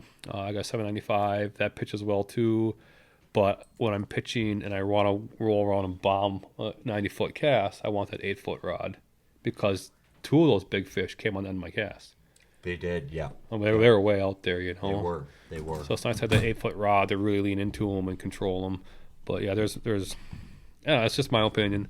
Dobbins Fury, it's a great rod. Does everything you need it to do. It's got a big long butt, so you can grab that rod and which that's what you want with a swim bait rod. Yeah, so Dobbins Fury 806, 795. Those are 2 great entry level rods to throw, and they handle these baits beautifully. I think that's what took me the longest. This was the rabbit hole that took me the longest to say yes to, because and I think that's the reason I've gotten messages of people wanting for us to talk about this today, right? Is because I think for most of our listeners, people listening, this is an intimidating subject because in their mind, they don't have the experience you have with it, and the equipment they feel they need, it's a barrier to entry, if you will. Yeah. But I think it shouldn't be, though. Having a good versatile bait you can throw, and you don't need to break the bank. And what's nice is that rod can throw an A-rig, a mag draft, blah, blah, blah, blah, blah, I throw 8-inch mag drafts on it, 6-inch mag drafts on it. Bellows Gill Swimmer, little 4-inch Yeah. swim bait, I'll throw 6-inch swim baits on it. I'll throw 8-inch baits. I won't throw ones like these on You're it. being summoned. Hello? Oh, they see now? They see me? It's bedtime? Oh, yeah. Bedtime? Okay. You Pause. got to come down, and we're gonna Master. read you We're gonna read you the book of Noah, Master. New Testament. He's scared. I told him we're going to pull him down here. That's the champ there. Coming to get you. Yeah, dude. He's fresh off of Derby. You and Messer, right? Yeah. Back-to-back weekends. How'd he do? Had a first and a second. Messer, congrats on your first and second, buddy. He's too embarrassed. He's gonna be taking our money before we know it. All right, I gotta take a we'll night take a to break here quick. So while Noah's reading his kids a bedtime story, I'm going to show you these bumpers a little bit closer up. So, that bait at Grace out of the box, it comes loose, right? Or you can add these little bumpers to the joints, tighten them up. So you can see on this one here, we've got a 1 millimeter in the rear, 1 millimeter in the middle. That's going to tune that glide bait differently than, say, a 2 millimeter in that rear joint. There's zero play hardly in that rear joint, and then a 1 millimeter in that front versus, say, on our new custom Noah Schultz carp pattern, no joint in the front, 1 millimeter joint in that back joint. That's probably my favorite way to run it. Noah really likes throwing that 2 millimeter in that back joint. And my favorite two ways are either 1 millimeter in both the front and back joint, or just the 1 millimeter in the back joint, which super easy to install. And I guess, just you can tune the width, the speed, every aspect of that glide bait. And then they make both soft and hard tails. So that soft tail really allows you to incorporate some speed into the bait and whatnot. But Grace 280, Grace 240, and then coming soon to Thorne Brothers and dealers is going to be the Grace 210. So Thorne Brothers has got 280s and 240s right now. And, if an idiot like me can throw a glide bait, I know you can too. And I guess, these are a blast. No, absolutely. I'm excited to show you guys some video footage. I got some video of him boat flipping 5-pounders on that thing today. It was pretty sweet. And then for this Noah Schultz limited run custom glide bait, there will be only 100 of this bait made. So if it's something you're interested in, please shoot us a message on Facebook. This is either going to be like a Thorne Brothers Classic limited release, or we're not totally sure yet, but keep an eye out for this thing coming over the winter. It's by far probably the sexiest hard swim bait I've ever seen. And one interesting thing, like I was asking Noah what color tail we should go with, right? And I had a few guys say like a red tail would be good, kind of like the that carp with the red tails, the red tail sucker or red horse or whatever, creek chub or whatever the heck. But he actually likes a little more subtle tail, and I think it's the big thing is you don't want to draw those fish to the back of the bait. You want to draw those fish to your hooks. So he didn't want to draw attention away from the front end of the bait, making the back end of the bait louder. And it's just super cool to kind of pick his brain and hear how this dude thinks. And I guess there's a lot of glide bait fishermen, but this is a tournament glide bait angler, and I've learned so much from this dude just in the last year or so just about these baits. So be sure to support Noah Schultz. He's got an awesome family. Jenna and him are amazing people. So this is kind of his little baby passion project with Galapagos and a custom color. So be sure to support the Schultzes, support local businesses like Thorne Brothers, and the good news is when you do that, you're going to get one of the most badass glide baits, swim baits ever made here from Galapagos with that Grace 240. And Thorne Brothers has a lot of these normal colors in stock right now. Be with Spec 2, Green Shad. Lots of great options at Thorne Brothers. And if you haven't checked out their tackle selection, it's a lot different than it used to be. It ain't just a muskie shop anymore. That's right. They've got probably one of the best bass selections I've ever seen in the state of Minnesota and beyond. Whether it's, American companies, they've got, local companies like Throwback Baits. They've got those guys in there. They've got JDM stuff, Galapagos, YG Labo, Depths, Matatachi, Issei, so many cool brands and stuff. And it's kind of refreshing to see that. Make tackle shops great again. Thorne Brothers is doing an excellent job. So if you can't make it in there, make sure you stop onto their website, thornebrothers.com, thornebros.com, THORNEBROS.com. And this, we should not forget that this podcast is brought to you by Vocelka Fishing and Customs. I was throwing my Grace 240 today on a Vocelka Fishing and Customs custom swim bait rod.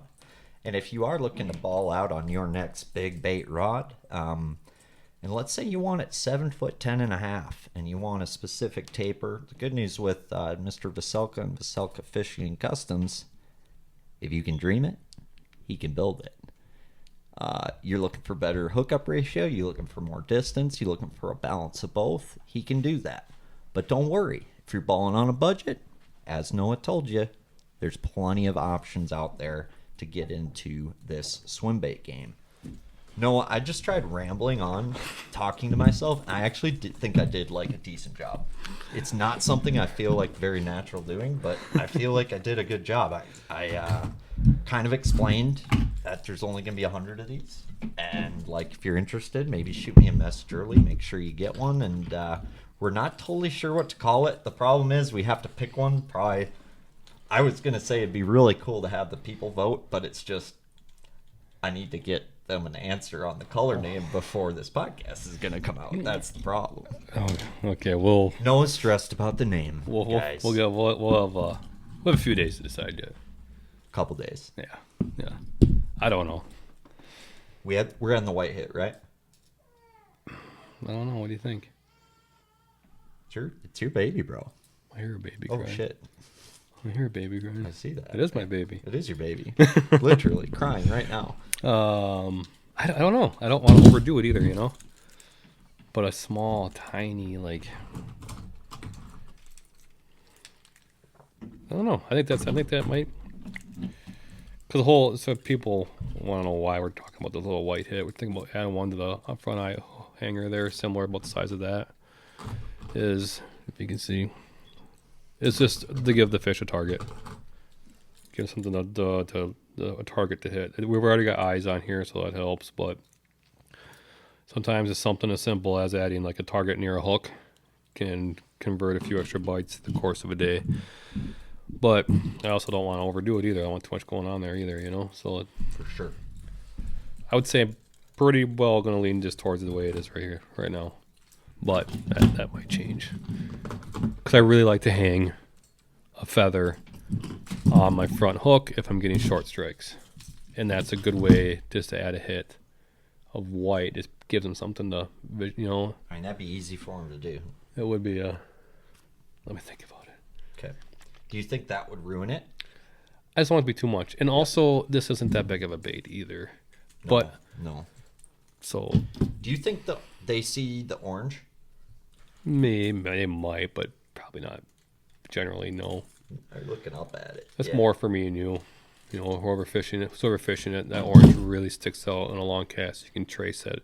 You can't see the glide, but you can see that orange, and you can trace that orange the whole way back. You make sure it's running right, running true, and you can see it's a real good strike indicator too. Because sometimes when you're gliding, you don't feel that bite, but if you see your glide also knock off to the side or do something that's not supposed to do, you know that you got a bite. If that makes sense.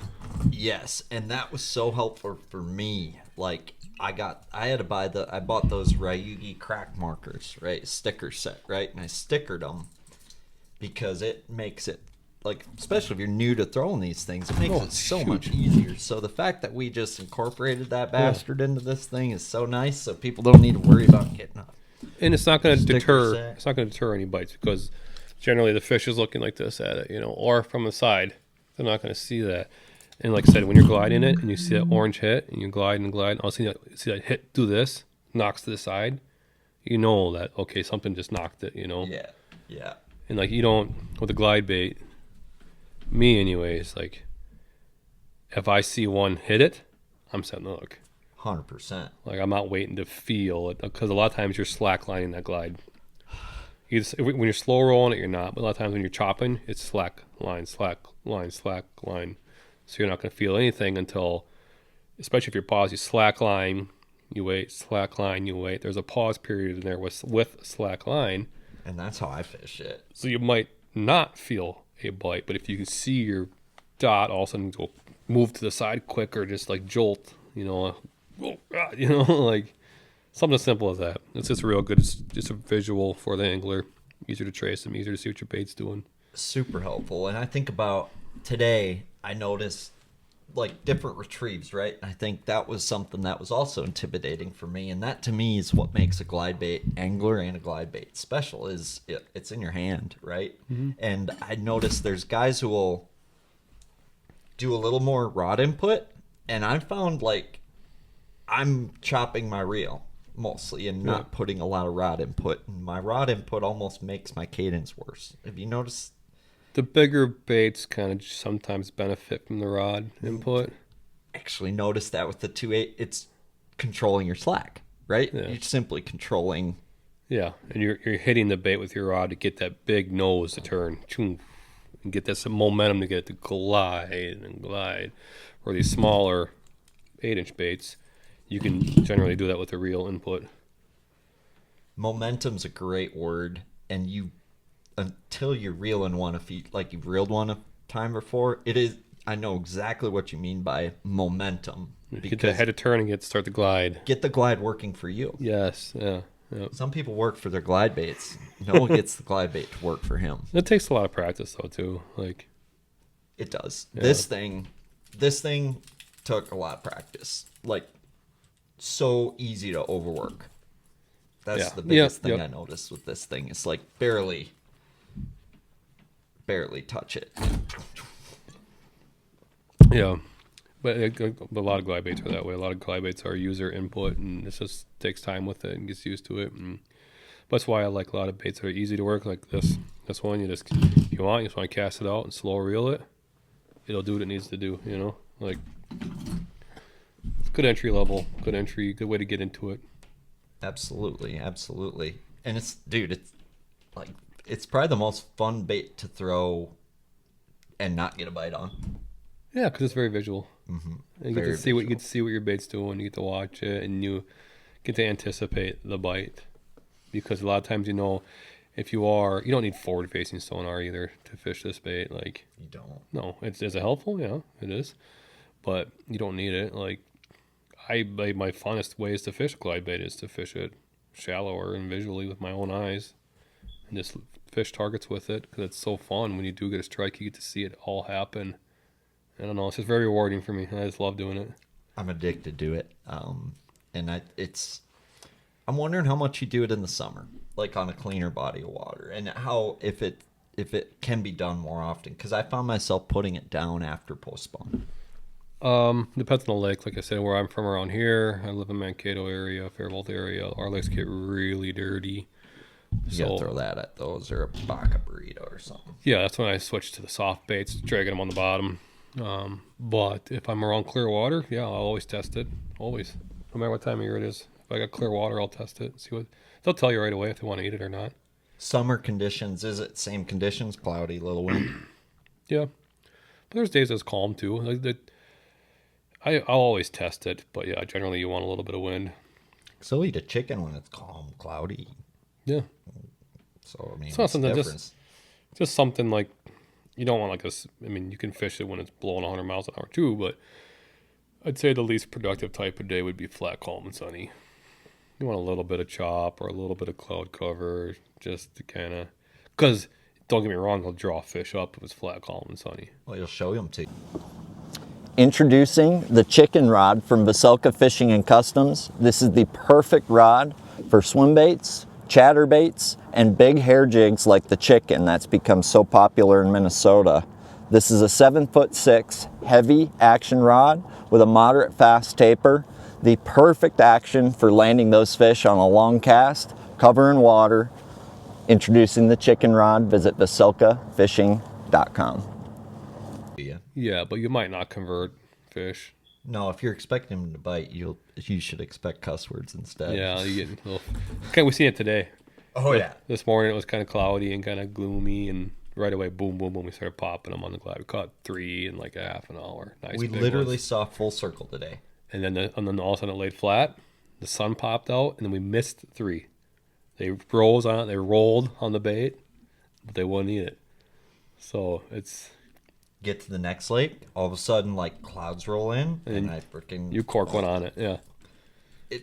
And I've noticed that in the little I've thrown it this year. I've noticed that. Like, you fish a stretch, and it just ain't right for that thing yet. No, yeah, but It'll show you. Don't be scared to try it though either. You know.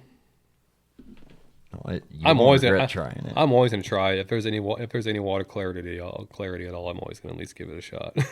Totally. I think this thing's gonna be like the killer herring size, and the speed aspect, because like speed is huge down south from the sounds of it. It's like talking to guys down there. It's like that thing has to chop really fast.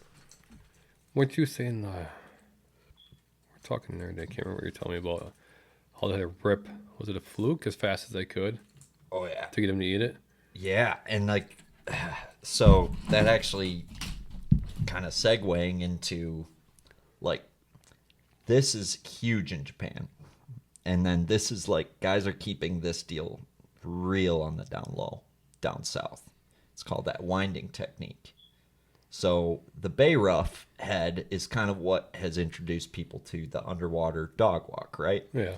And you think of this head and how it's designed and how it catches water to do that. That's a great design head. But like, I think what's happening down south, and keep in mind, we're talking about bait fish that move a lot quicker in general, and fish that move fast down there. Like, it's harder to hit a fish on linear than it is probably anywhere in Minnesota.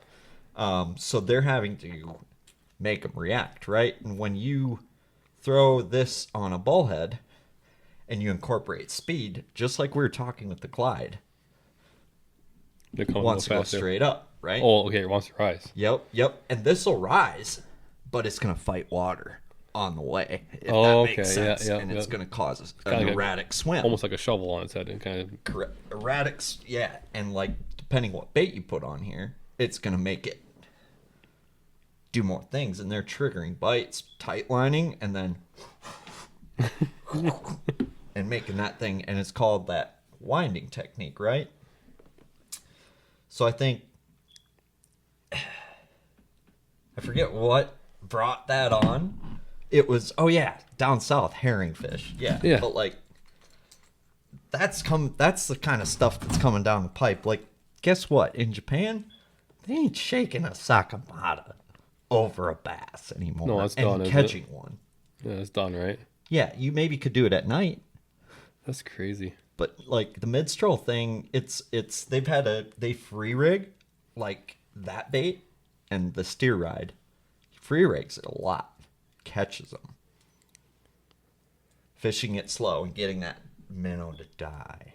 Oh. And then, like, if you think about bait eating stuff, it's constantly... I couldn't imagine fishing over there. It'd be so tedious. But it's like free rigging it, or it's like... or pop, burning pop, it. Pop. And that's like, where... things are going here, the better everybody, all you bastards are getting better at catching them. You should probably slow down. It's getting hard. But that's the way the world's going. You're gonna have to start throwing bigger baits you're going to have to start throwing littler baits. You're going to have to start throwing heavier heads. You're going to have to start throwing lighter heads. You're just going to have to,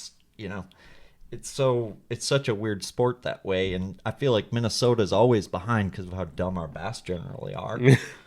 It's easy to catch them. But you've noticed some things, obviously. You've noticed some changes over the years. Even just like, dude, think of all the secrets that you used to have that you don't anymore, and how has that changed on your bodies of water? Yeah. Like, are we allowed to talk about the Buckeye lures, whatever? Oh, the bopper.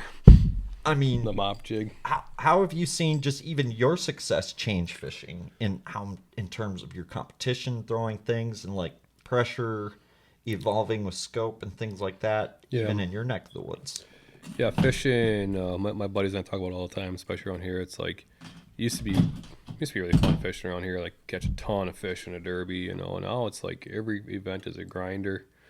Every event is tough. You're looking for something off the wall that nobody else has found. Like you're looking for new little tricks, and for me, I've always fished a Buckeye mop jig. I've won. I guess goes back to the first episode of yours. I cut it out. Yeah, we didn't even talk about it. Yeah, but that's like been my go-to lure for 10, 15 years, Buckeye mop jig. And now my trick is I still fish the Buckeye mop jig, but I put bigger and bigger and bigger trailers on it. And today I thought I had a big trailer until you pulled your trailer out. That's my favorite trailer. And I'm like, holy cow. But you caught them on it today. Few. Yeah. It just was a tough day for jig. Yeah, they didn't want a jig. I caught a couple fish on a jig, maybe. It's glide day. It was a glide day, yeah. But yeah, it's like, it's still my go-to day in and day out lure. How much have you seen it be less effective? Like it used to feel like cheating for you? Yeah, that was crazy. It was every derby. I mean, you would win so much money on it. You'd catch so many big fish on it, and you still do. But a lot of guys have them on their decks now. It's kind of like the mullet's starting to be a big thing around here now too. I've won a lot of money in the mullet this year, and you're starting to see more and more of them on people's decks, which is a good thing. But at the same time, as a tournament angler, I'm like, I don't want to see that either. Yeah. But how have you had to change your approach to fish against these guys now? And I guess how have you evolved, and what have you really focused on, to stay ahead? Before, so if we wind like 5 or 10 years, I'd say go 10 years back. Before, it was more about just finding things other people weren't finding. And now everybody knows everything. So now I have to outfish them people on the same things. So there are still some secrets, but very few. And so basically now what made me a good fisherman 10 years ago was not that I was better than anybody, is that I was finding my own fish. Well, I remember you telling me side imaging all night, looking for little stuff that other people didn't look for, and really that was your game. It was, yes. And now everything is common knowledge. And so now to compete, I actually have to become a better fisherman, if that makes sense. Like I have to outfish these guys. But before, I could just fish my own fish. And that's the name of the game now. Before, let's say I pull up to a 25 boat tournament, well, 23 of the guys would be fishing for the same fish, and I'd be fishing for my own fish. They'd be splitting fish up. I'd go get my fish that I've found that nobody else is going to touch, and then I'd have a good tournament. Now it's like we're all sharing the same fish. Now I have to figure out how to outfish these guys on the same stuff, and that's where it's getting more challenging. I feel that, and that's I think why you're seeing the JDM stuff take off. You're seeing handmade stuff. You're seeing little tweaks and guys being more fine-tuned with their tackle, with their approach, because it's all about making a bite now. There ain't no secrets anymore. No, very few. There's still Champ some. Stewart, it blows my mind every single tournament. Everybody finds everything. I was still talking about in Green Lake. There was this massive flat. There was this one weed patch in the middle of a flat, in the middle of nowhere, no contours to make you think there'd be anything there. And there was like 40 of them there the first day I found it. I go to start on it. There's 4 boats sitting there. I'm like, how? Sitting right on it. Yeah. You're like, oh yeah, I knew about that too. I'm like, I was gonna start there, but I saw 4 boats there, so I started like 300 yards south of there, and I ended up catching like 4 in there after they all left. Oh yeah. Yeah, it's. I basically, dude, in my mind, you could have gone back and forth a mile around that grass, and Yeah, there was fish everywhere. that whole. Yeah. Well, it's current going out there. So that was the first staging area. That's what was happening. That was like that makes sense now. Yeah. Yep. Like there's 3 current spots. 3 like there was a mid-lake current spot where the current hit from like in the middle of the lake. There was a current spot where the current hit from the big inlet. From the inlet out in the middle of the lake though, but current would hit it. And then there's a current spot out, and then there's another culvert that comes in that's underwater that you can't see. That was the other one. I didn't know about that one. And there's a significant current deal. Was that one by Zorba's? Uh-huh. Yeah. Okay. I guess I didn't know about it. You probably see. Yeah, I know you. I know how you study, and I think I seen the one on Google Maps. I think. Yep. Yep. I figured. Yeah. It's just not obvious, but you probably know about it. But anyway, I forget where we were going with that. But dude, it's just getting harder. Yeah, it's just getting harder. So like I said, there are some secrets still, but not many. How do you outfish people when they're all catching them? I mean, I didn't figure it out last year. I don't know. I didn't either. Besides the river. River's like the only, like in the first half of the river, that's like the only thing where I feel like I outfished. I had one good event down home.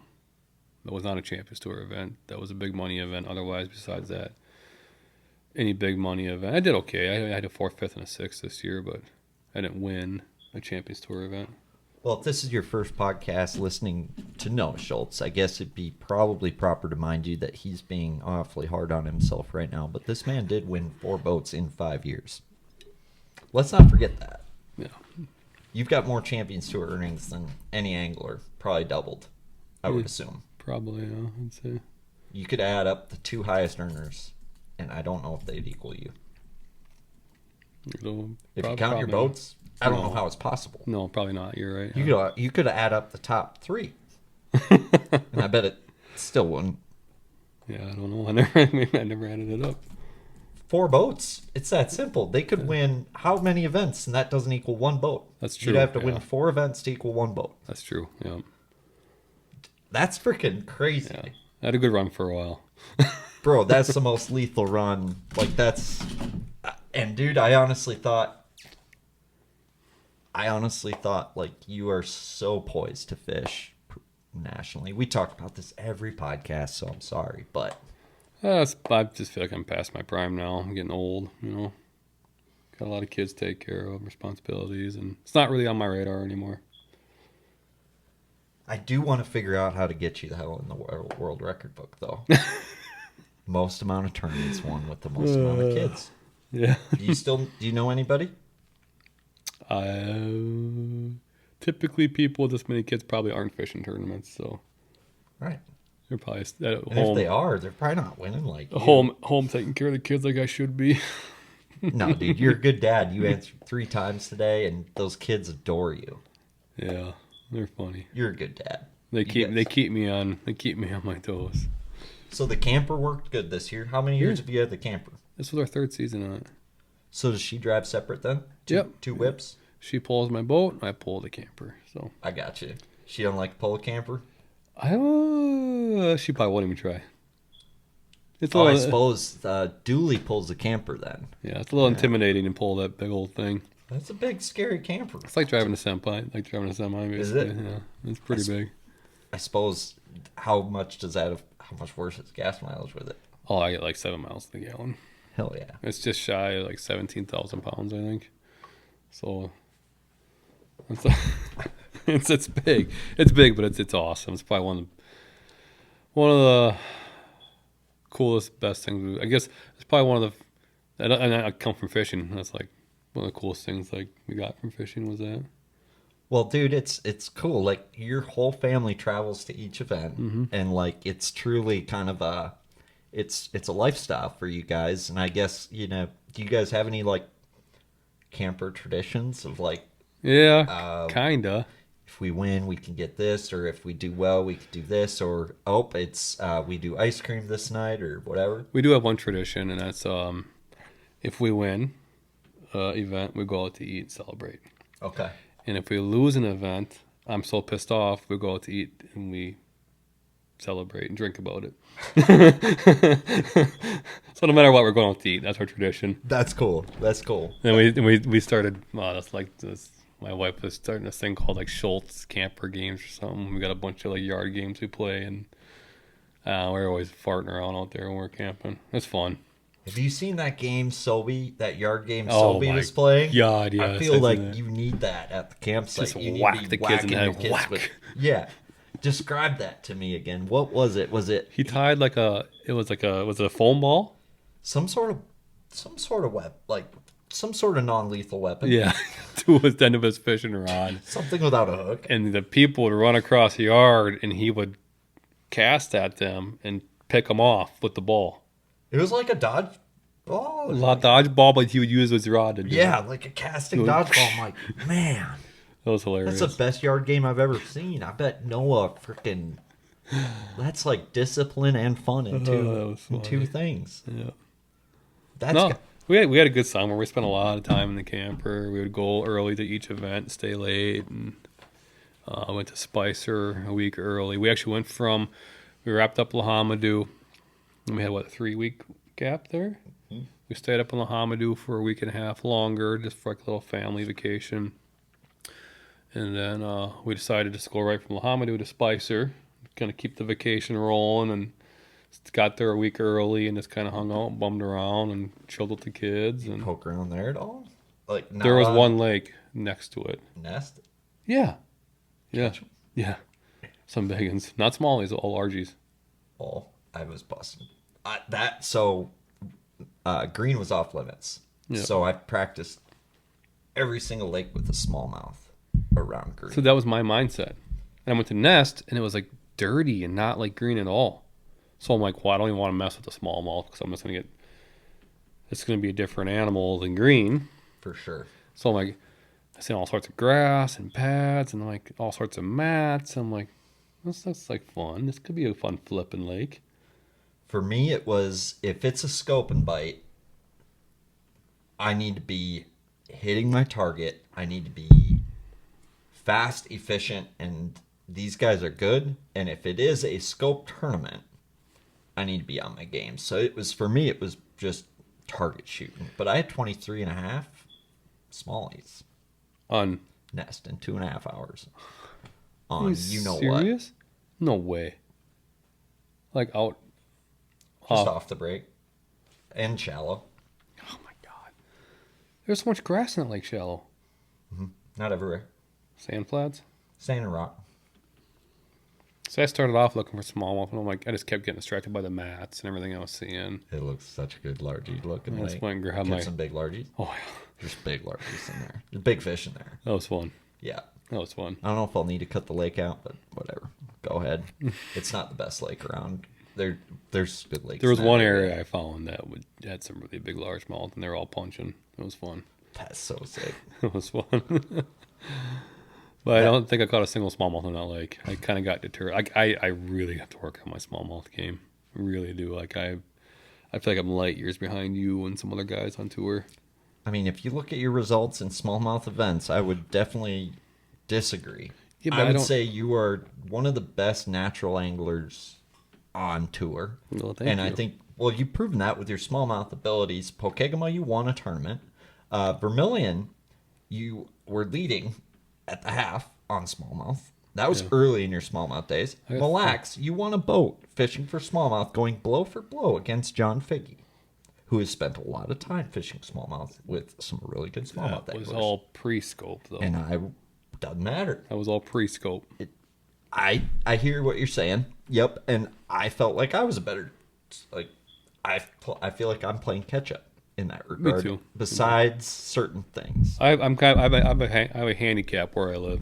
We don't have any smallmouth at all, so it's really kind of slowed me down in that side of my fishing game. Dude, when they're eating a jig or something, or a glide on a tree, or like they're eating, like that's the hard thing for me, and I had to force myself to really. It's like I know they're eating a jig on a tree, but you're gonna go here, and you're gonna do this because if you freaking don't, you're gonna be kicking yourself because you didn't go spend time with it. And like Easton and Mille Lacs this year was my kick in the ass, and it was like I almost needed to see somebody really good at.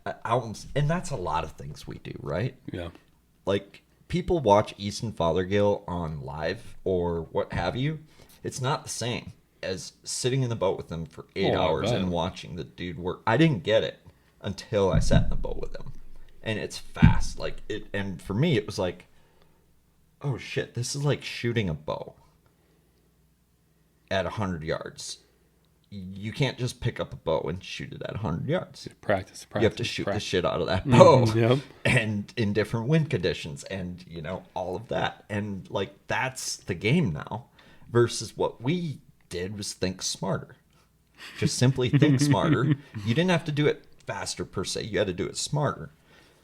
Scoping, like when it's that open water hitting fish thing, It's not easy. you can't do it slow either, and it's not easy. Yeah. If you want to win, you have to do it fast and good, and it's not easy It's not to as do easy good as everyone fast. says it is. It's not easy to do good fast. You have to practice enough so you don't think about it. Yeah. It's like second nature, like skipping a jig on our dock. Correct. Just zoom, zoom, zoom, zoom, away you go. And that's the difference between those guys and me. But dude, if there's anybody who's willing to grind through pain to figure something out, it's Noah Schultz. I'm gonna So, try. yeah. Well, like I told you, next time I go out, what I say I'm going to work on. Shake them. I'm going to work on shaking and scoping, and That steer ride, dude. Let me know what you think of that. yeah, I'm going to give that a shot for sure. Yeah, that's one hole in my game. I know it is. I just can't. I don't have the ability to work on it down here. That's the hard part. If I do work on it, I have to travel a couple, 2-3 hours. Dane opened my eyes to that this year. I think you might be surprised. It's just a matter of it's harder to see your bait in that dirtier water. I think that's the hardest thing about it is literally dirtier water, shallower the water, the harder it is to video game them. Well, that's why our lakes are clearing up now. I told you I found a lake the other day. I was scoping them over 40 foot of water, and I blasted them. The lake is, relatively close to where I live, so it's not that bad for me to go drive and do it, So I think I'm gonna go beat on that until they quit biting, basically, to keep working on that game. And then while these lakes keep getting colder, they're gonna keep getting clearer and clearer and clearer, but that minnow bite's gonna get harder and harder and harder. Yeah. So it's kind of double-edged sword, but Maybe largemouth. It'll I don't know. It really depends. Like smallmouth, it just seems like they get more on the bottom, right? At some point. Well, they so do get cold largies. and- so do largies, but I catch up until they freeze, I'll still catch them on a glide. I'll still catch them on a jerk bait. They'll raise up for stuff still, That's basically, you're almost better off fishing a hard bait. What is up with hard baits in cold water? I don't know. Like blade bait. Like I've had days with a blade bait where you have to literally let the fucker sit for 4 seconds on the bottom to get a bite. If you go 1, 2, 3, you don't get a bite. You go 1, 2, 3, 4, 5. Like they go down and they freaking say, "Ooh." They stare at it. I think that looks like a minnow. Man, this one's frozen. I don't know what the hard bait deal is when the water gets cold. But it's Do a they real, get real numb? Like, do they their mouths get colder and don't feel the fact that they're eating a 2x4? Only thing I can think is there's less movement. When it's sitting, it's not moving. Versus a soft bait, it's kind of more. It's kind of like it's still kind of like doing that, or the skirt on the jig still kind of flaring and laying down. That's the only thing I can think. Is that makes perfect sense. But otherwise, I have no idea why the hard baits are so good in cold water. I was gonna find that a Cura stick because, like, the hell did it go? But like that darter head with that Akura stick, it's like just fishing on the bottom like a blade. Except you go pop, pop, and it goes. Think that'd work? It did Friday on the lax.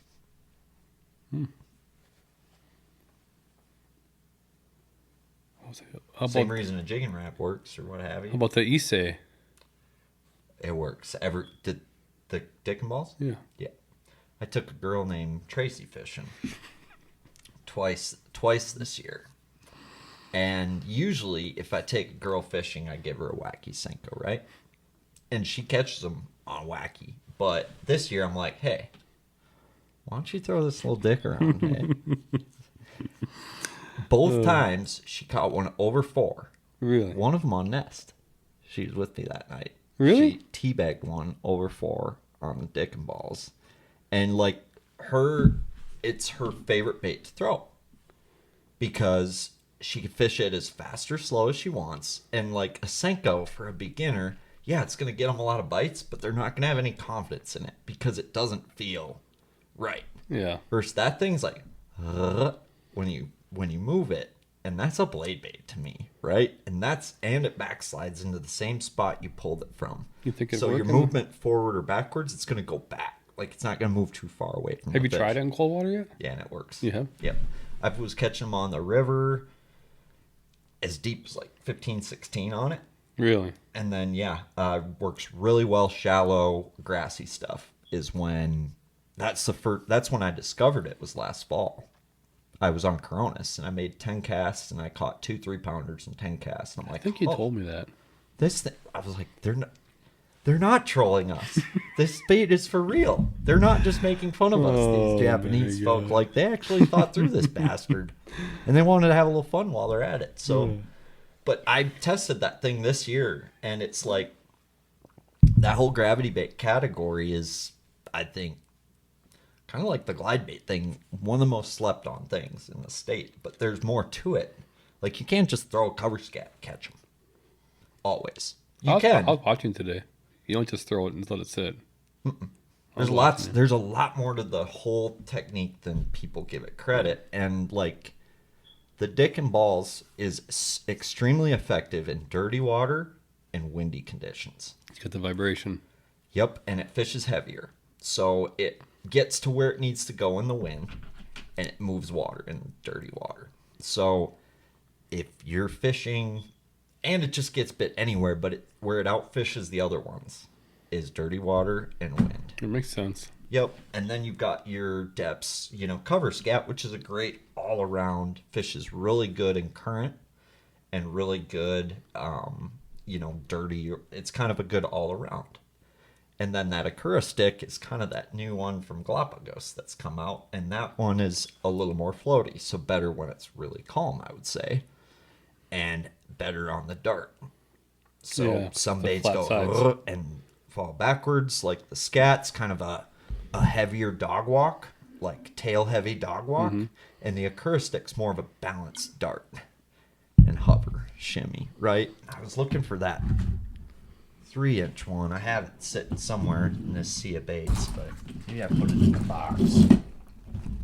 But Walker's gonna hate me for it, but like Walker's like was begging me for 2-inch Akura sticks this spring on Sturgeon Bay. Do you have more of those? It's the best feeling ever. I don't get to say that to people enough, but I got to tell Walker that, and then he got to have the last laugh. Yeah, he did on the river. On the river. So, but it's just it's just such a fun world that way. And I think to your point about the game changing, it's more about your approach and technique and all of that. That's more important. I'm not saying it's everything, but it's more important than it's ever been. And thinking differently and more strategically, or it can make a huge difference. And you've seen it. Well, like what we were talking about, the bait we're not going to talk about. With the one thing is that on pressured lakes, that thing can be lights out. Like it is crazy how effective that bait can be. When you would throw a jig somewhere, you might get 1 bite, and you fall up with that bait, you're going to get 8 bites. I feel similarly about that AK punch at Kura stick stuff. Like that's like the Japanese style of baits. You don't need JDM stuff, but if you're in a pressured situation, Pressured lakes is where stuff really shines. Andrew Walls is so much better at shallow water fishing than Aaron Teal. And Aaron Teal absolutely waxed his ass in just number of bites one day, fishing right behind him where he was throwing a jig. Really? All day. What were you throwing? Yeah? Gravity bait. Oh, okay. Yep. Okay. Yep. Scatty punch. Scatty punch. But it's like, that was the most eye-opening thing for me. There's definitely a time and place for that stuff. Totally. It's like, man, why am I not getting bit? And then it's like, you do that, and it's all of a sudden like you're fishing a new lake, and it's like fishing against Noah Schultz on East West Rush, where you're like, what was he doing? Well, that was a mob jig too again. I know. I watched that one, and I watched you setting the hook with that thing, and That was a mob I know jig. you were waiting for that window for you and that bait to collide for Champions Tour, Yeah, and it I'm did. glad that one did for you. It did. But that was also a situation where I was fishing my own fish too. I've never fished a tournament where after the tournament, the entire field felt as defeated as we felt after that one. It was truly a masterclass, dude. It was not, and it wasn't like a mad defeated. Like, oh, I should have this, or it was like a, bro, there's nothing I could have done to beat that guy today. Everybody was saying that after that tournament, and I think it was a gangster performance, dude. And like, That was a fun one. That was one of those ones that I had been waiting for years, something like that to line up, where a Champions Tour event comes to like a my style, kind of like what I grew up fishing, and that's what East West Rush is what I fished every day of my life, you know. So I knew exactly how to attack that lake and exactly how to approach it. dude, I bet that's a killer glide lake in the fall. Doesn't clean up enough. Really? Yeah. No. Sad. You can catch them on it, don't get me wrong, but You gotta hit the dock with it. yeah, you have to be very tight to the cover with it. It just stays pretty dirty most. I mean, maybe right now, but I fished Arsenal Fall Pro like a few 3-4 weeks ago, and it was still pretty dirty. But maybe it's cleaning up now because I think we had a really warm fall, so maybe it's cleaning up now. I would assume once it turns over, it gets, pretty clean. That is pissing me off. Whatever. But, yeah, but yet, like, we got our asses kicked by a pretty simple approach this year. Yeah, Let's not forget that. So it's like, I'm wondering that with you, man. It's like, because I talked to Blakely about, like, you talked to Charlie Wright about this. He's like, Champs Tour doesn't think you need anything fancy, right? And Evan, he's like, no, every extra bite's helpful, right? And I would have expected the same answer from both of them, right? And to me, I think I've waffled back and forth about this, but I almost feel like that JDM stuff just, well, you're making it work for you. I am, but those guys are still beating me. Yeah, I feel like I'm too Okaboji? technical. Yes, but if you look at where my success has been, it's been like Boji River. and River and Gull in a grimy offshore situation. Like those, when I've almost won an event, it's been a tougher bite. Yeah. Like, and Boji, yes and no. The east end of Boji, when I was in second place going into the second half, that was a tough half of the lake, fishing really small, and I don't know. I guess it does. I feel like it also doesn't help me win too, though. Like on green, I feel like I was on, like, the stuff I was doing could have won me a 5 fish. Like, I had the fish on. I didn't land them all, but I had 23 and a half pounds on, like, by the boat. Figgy saw the one jump. He's like, is that 5? I was like, I don't know. So pissed. Right? So it's like, I feel like I was on, and then Vermilion, I feel like I figured out for quality. But when we're talking about 1 to 2 pounders, Yeah. it's hard to say. Yeah. That gravity bait category, I think, is more appetizing for a Champions Tour style. Like a Dick and Balls or I was fishing the Yamatanuki a lot, the 2.5 on Vermilion, and they were just chewing it. I was fishing it out to 8 to 10 foot on the breaks, stuff like that, and then but I couldn't keep pace because I had to wait for it to sink. Yep. Well, it's like that YG Labo really realistic flat little minnow. Could one cast them, but then I need new bait. Mm-hmm. To re-rig. Yep. So it wasn't the most efficient, and it didn't matter enough.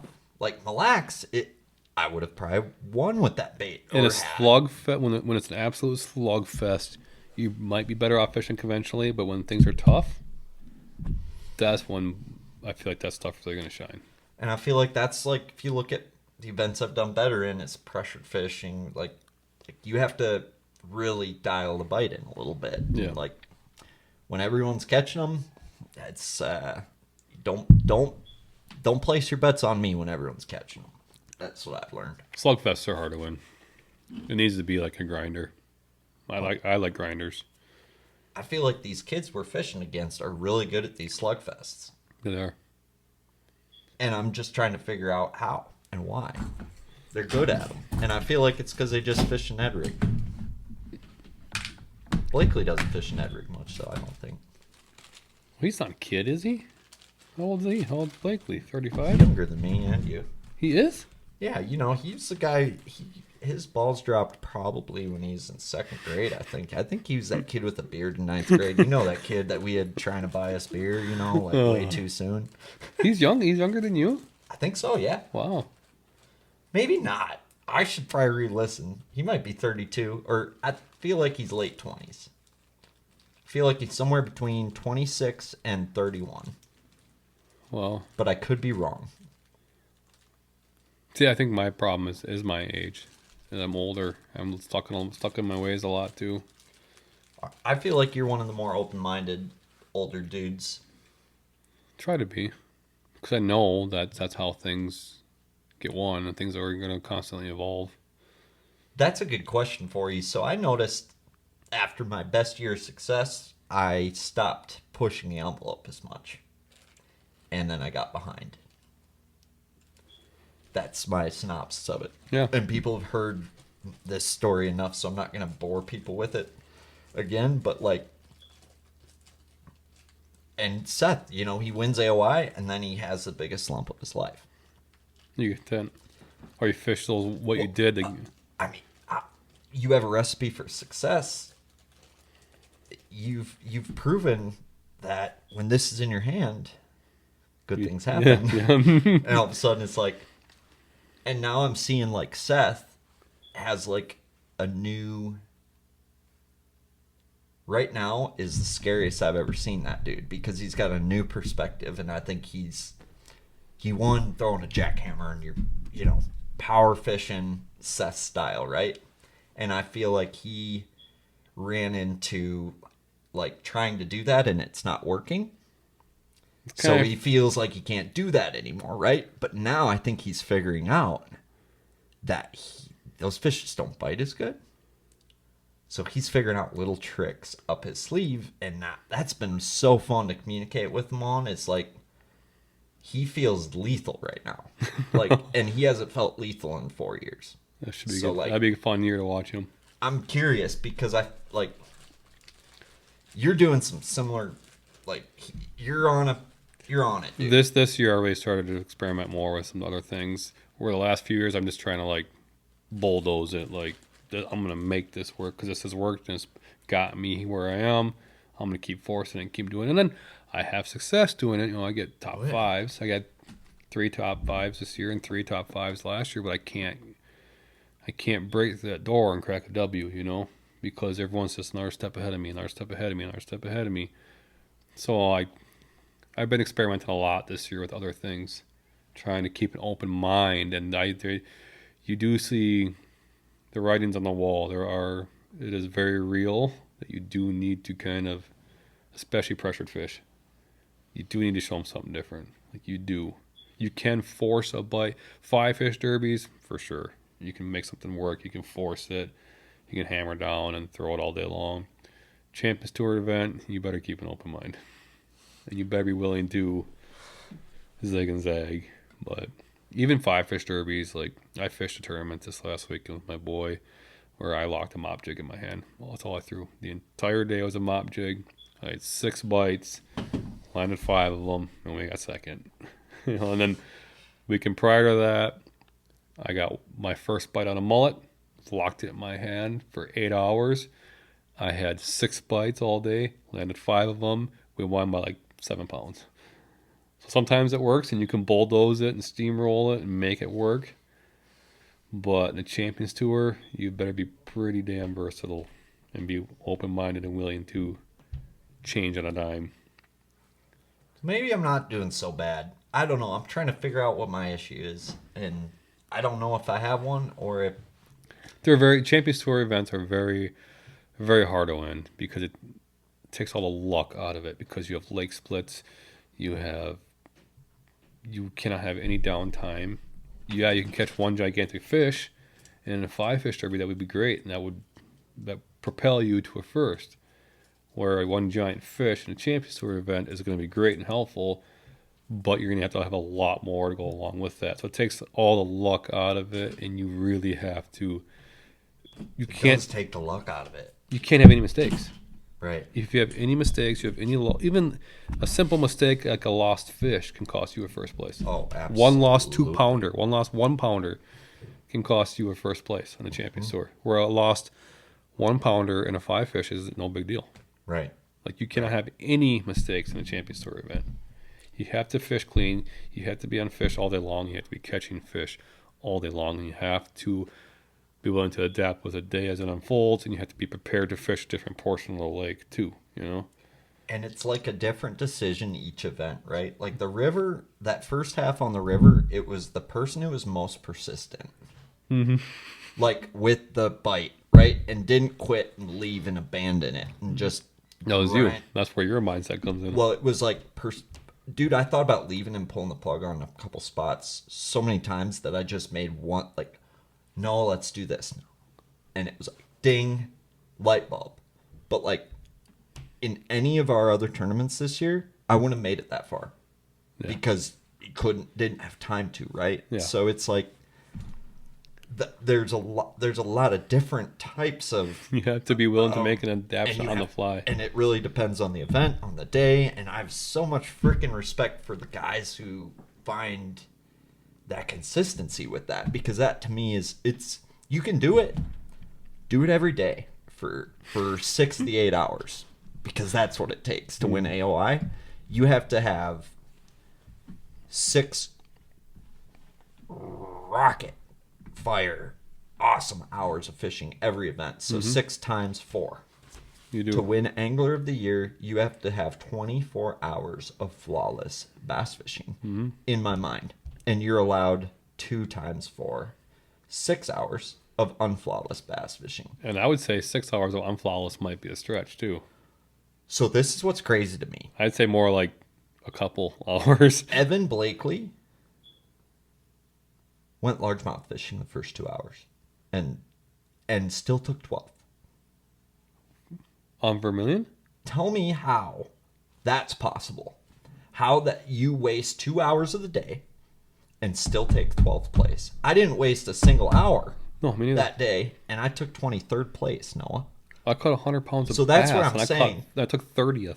That's where I'm saying that was 8 hours. He had 2 bad hours, still took 12th at Vermilion.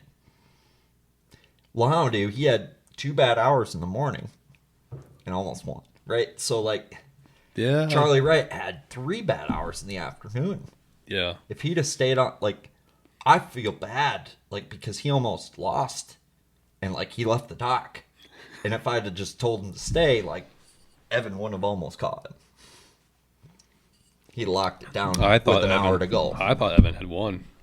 I did too. That was one of those ones I was not taking anything away from Charlie, but the way people were talking, I thought Evan did it. I thought Charlie's morning deal was so gangster, It was. and I wish, it was so obvious after the tournament, right? Yeah, I know where he was. Well, I don't know exactly where he was, but I thought he was in Carlos the whole time. He was in Darling. Darling, then Carlos. Yeah. Yep. Darling were the suspended ones. fish, yeah. The largemouth were the suspended ones, not the small I ones. know. That's what threw That's cool. everybody for a loop, and everyone assumed that those suspended fish would be in Carlos. And that's where I looked for them. And that's where... So Peischer was actually on my suspended fish hole, and he actually was in top 3 after the first half. Right where I wanted to be. And I wasn't going to mess with him. See, I waited till he left, and I caught 3 good ones on a free rig there, tighter to the structure. But I caught a bunch of suspended fish on Amadou or in Darling in practice. Nowhere not where Charlie was, but I just felt like I could catch a wheelite fish faster. So I just kind of gave up on the whole suspended fish thing, you know? I had that lake hates me, and I hate it. I'm not a big fan of it. I have good finishes out there, but I can scrap. I feel like I can scrap around out there and just catch fish, you know? That lake has my number, man. If there's one lake that has my number, it's that one. Laman. That lake and I should get along. Should, yeah. We don't. We don't. I just get along because it's a very bitey lake. Like, you can junk fish your way to a good tournament on that lake. You can go from 20 foot to 30 foot to 2 foot to 10 foot to docks to flipping cabbage to flipping the fishing coontail to doing whatever you want to do, you know? I couldn't get more than 2-3 bites on a spot. Offshore bite was pretty tough out there, wasn't it? It was on me. Yeah. I had one mega school. Probably one of the biggest schools I'd found in years fishing for the Champions Tour events. In Lamadou?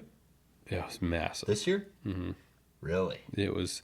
I thought if these fish are here, there's a very real possibility that I could catch over 100 pounds in this one school. What lake? I don't want to say just in case we go back. Yeah, no problem. No problem. But it was yeah. unbelievable. I can guess then. Unbelievable. And then tournament day, they just weren't there. Which, you know, that's the way it goes with schools, you know.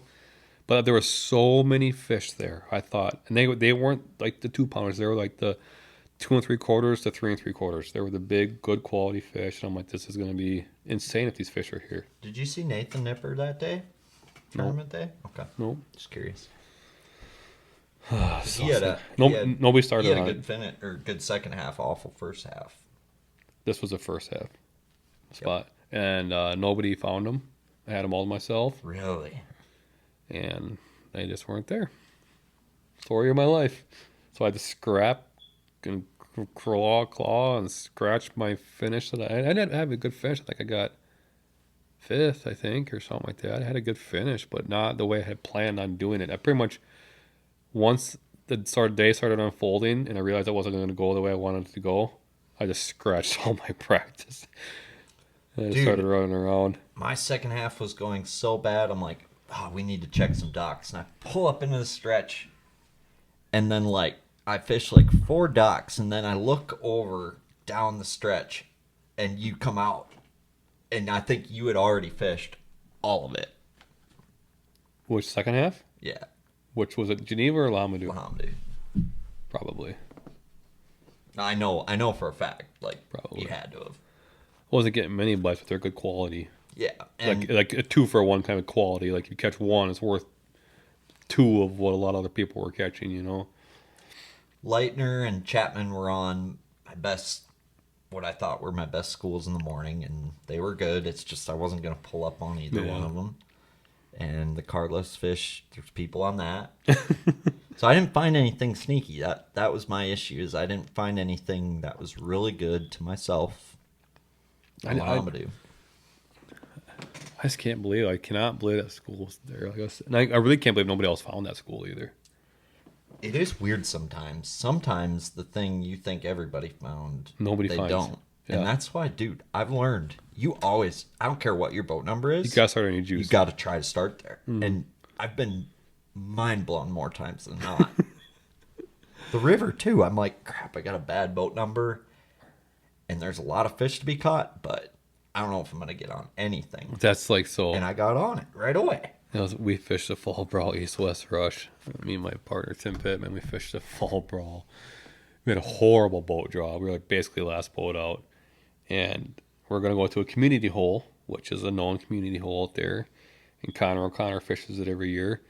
And he's like boat 20, you know. So like we know for sure he's going there. Yeah. So that's where we always start there. Me, Pittman, and then Connor O'Connor, whoever he's fishing with, they always start there too. And we're boat like 48. There's no way we're going to get in there. There's going to be like 4 boats in there. There's no way. We're not going to even go. And we go to the weigh-in. Connor's like, where were you this morning?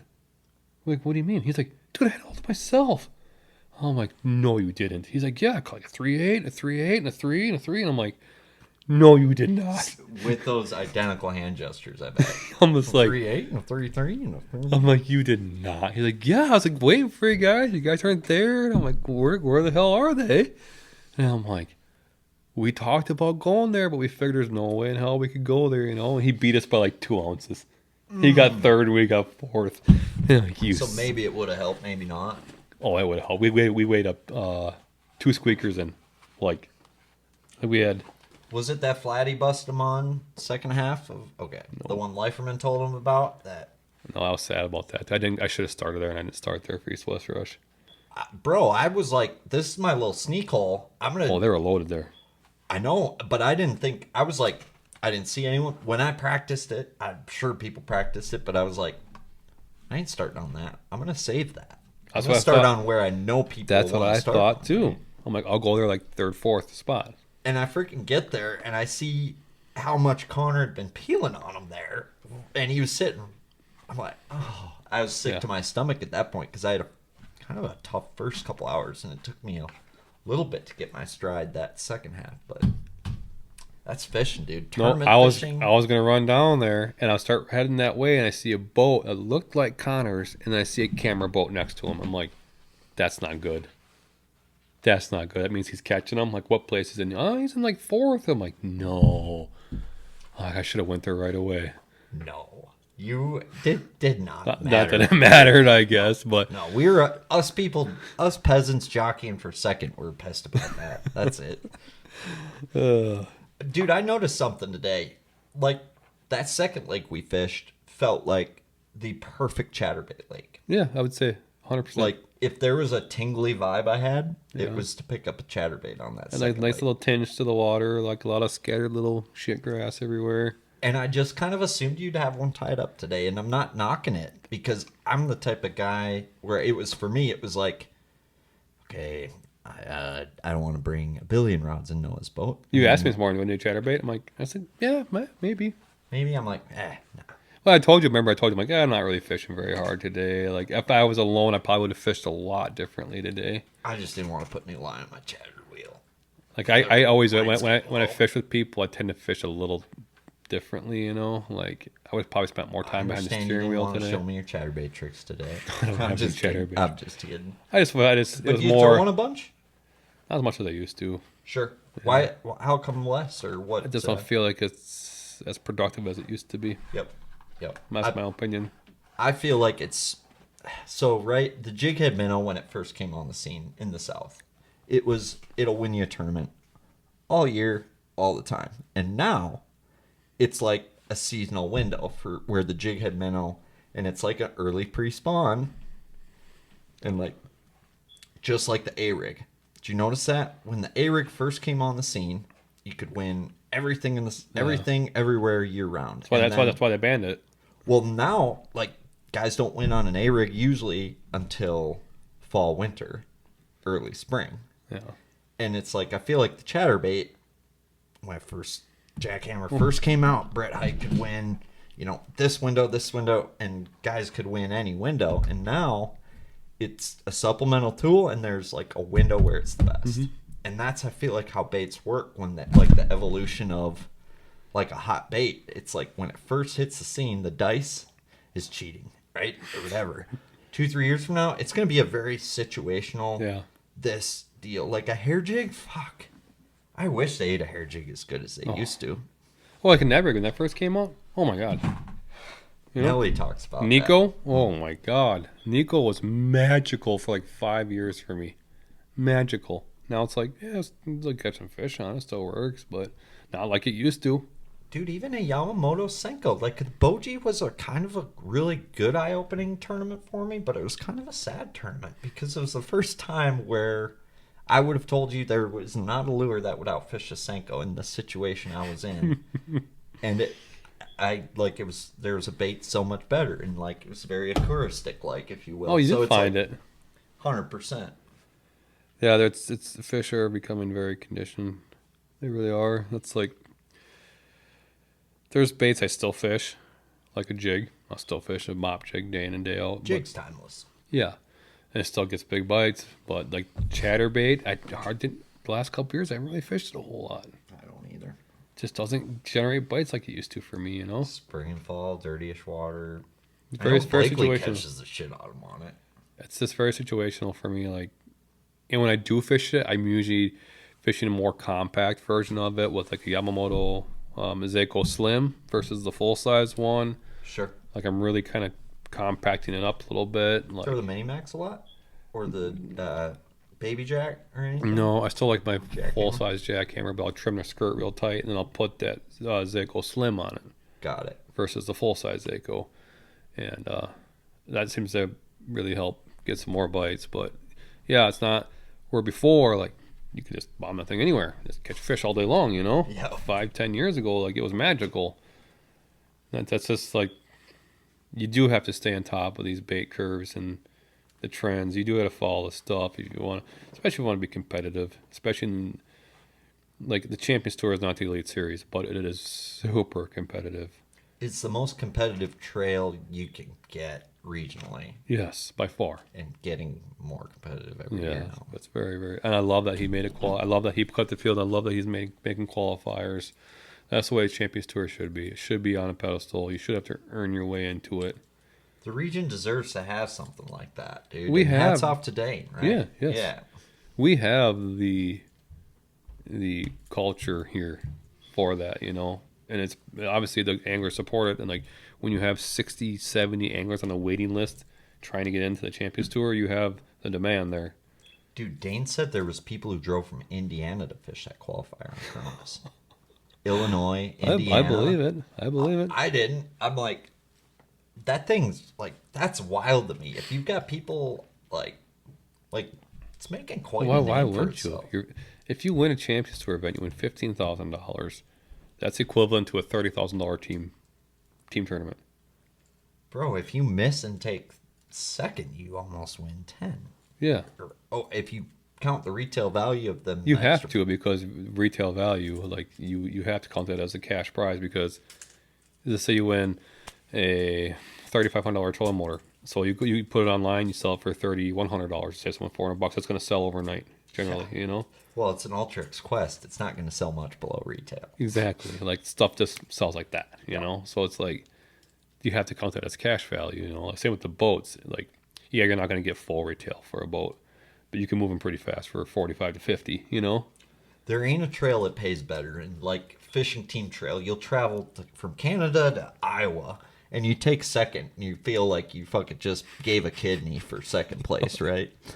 And it's like Champs Tour is actually like, oh man, I had kind of a tough day. And, oh man, I think we squeaked in a check. And then it's like $1,500 for 12th. Yeah. And you're like, shit, man. Sometimes you got to win a tournament to make that, like a smaller one, or like it. So we have. I don't think, even when I was fishing the Silverados, I don't think we've ever seen payouts as good as we're seeing on the Champions Tour.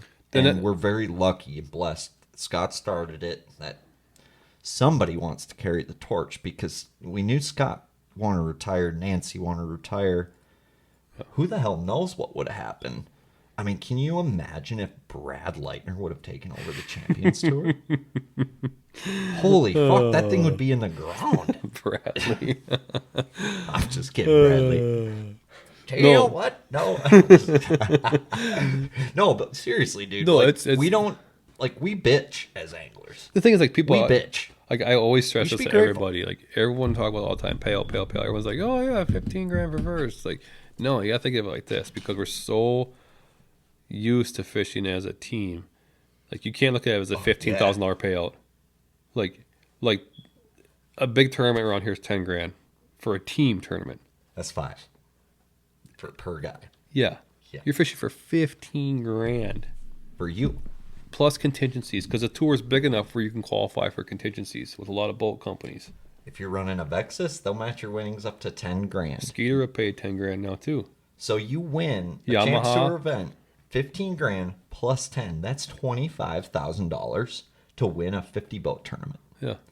Tell me where you can do that. You got to drive to Alabama and like plant brush piles to do that. That's what I'm saying. We're And you're, so and you're, lucky, and you're dude. still fishing as a team. We're so lucky. Well, and then too, like I think in the last 2 years, I think I've won like $7,000 out of Yamaha Power Pay, or maybe 3 years, something like that. I mean, I got a serious question for you.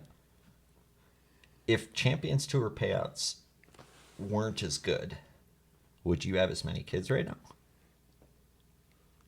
I don't know.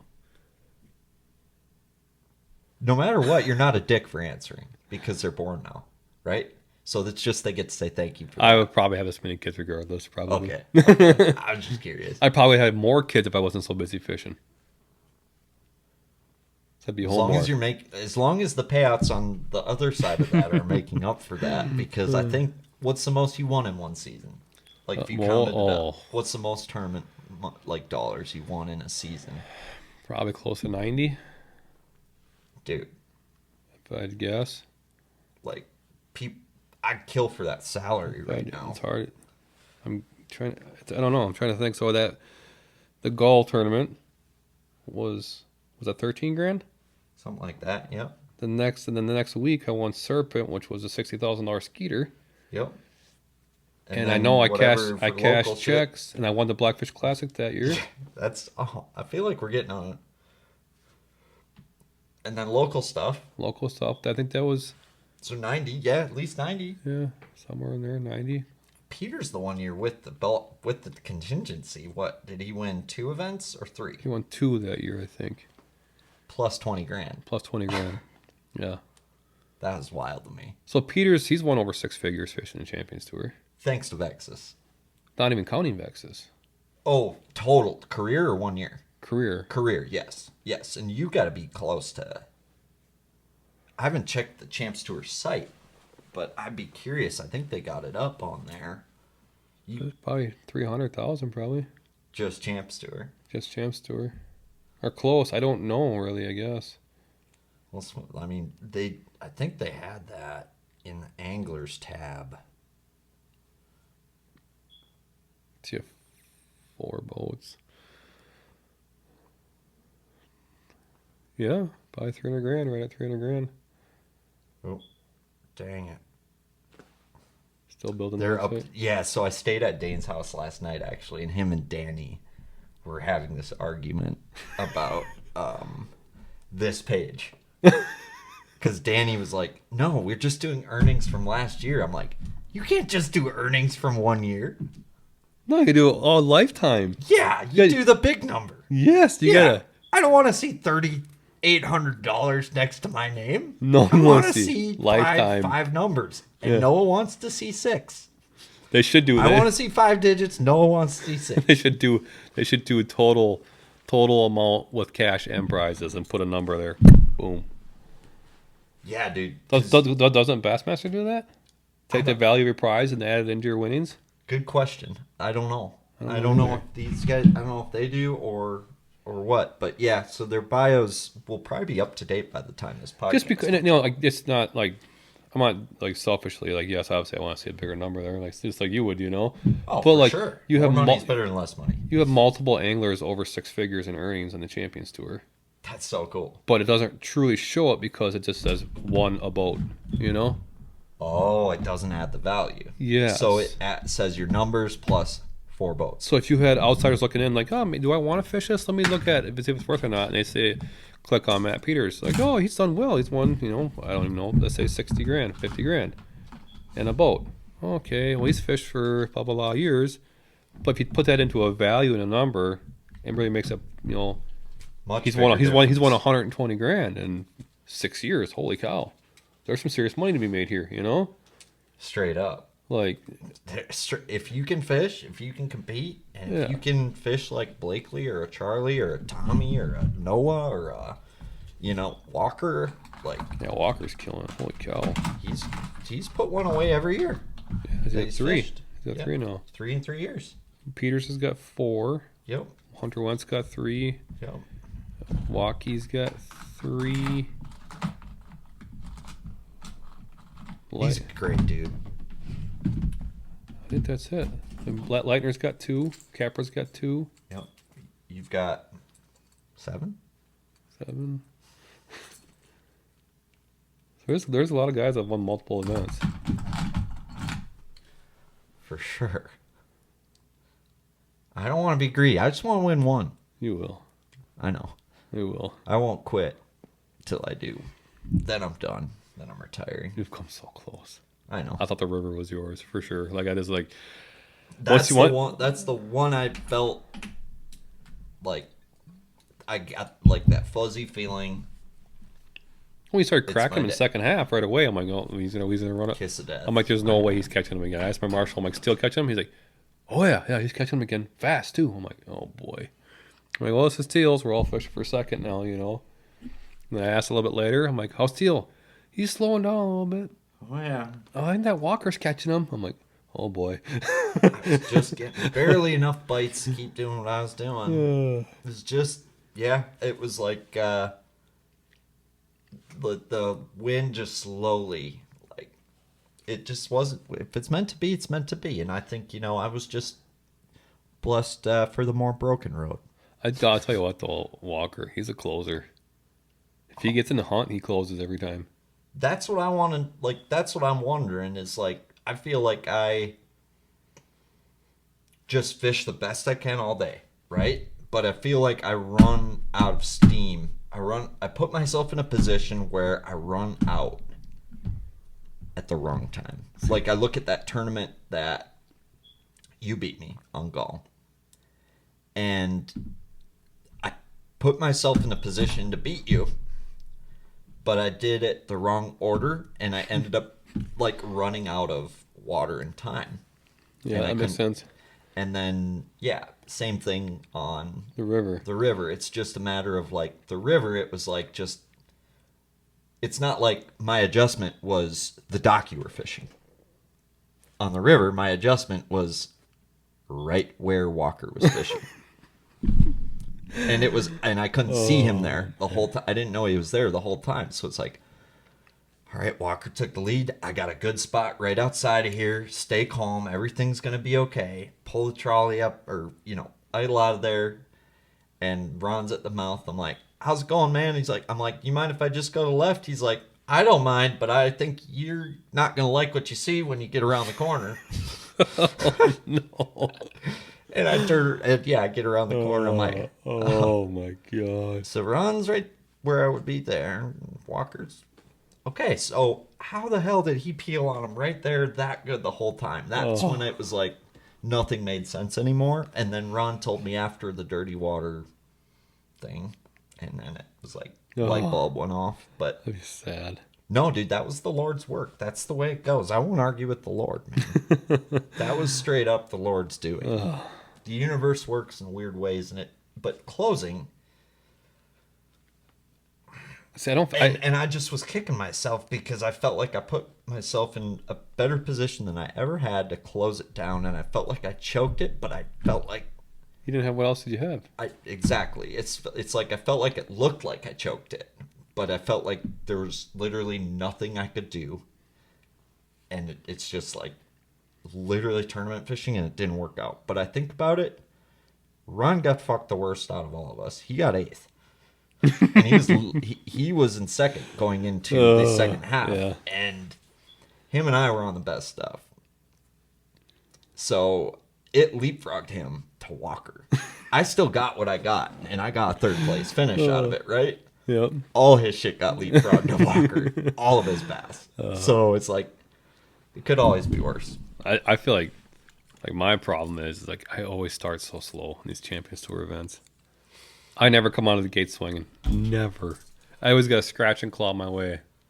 I can't remember a time I came out the gate swinging. either. I'm the same way. I don't ever go like into the in the first. I don't ever go into like a lunch break in like first, second, or third. Okay, so for me, I never go into lunch break in first. Besides this year, Like I'm always at like in 10th or 15th or 20th. that is so true about you. Yes, I can never get on it in the morning. That is weird. Why is that? Do you think whitefish? You did that one time on a crankbait Yeah, on a whim. That was a cool gut shot move.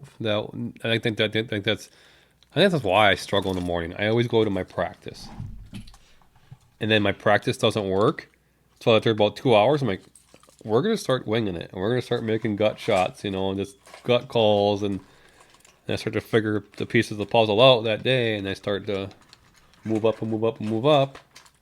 Give me an example of that, like where this year, not the river, but like Lahamadu maybe.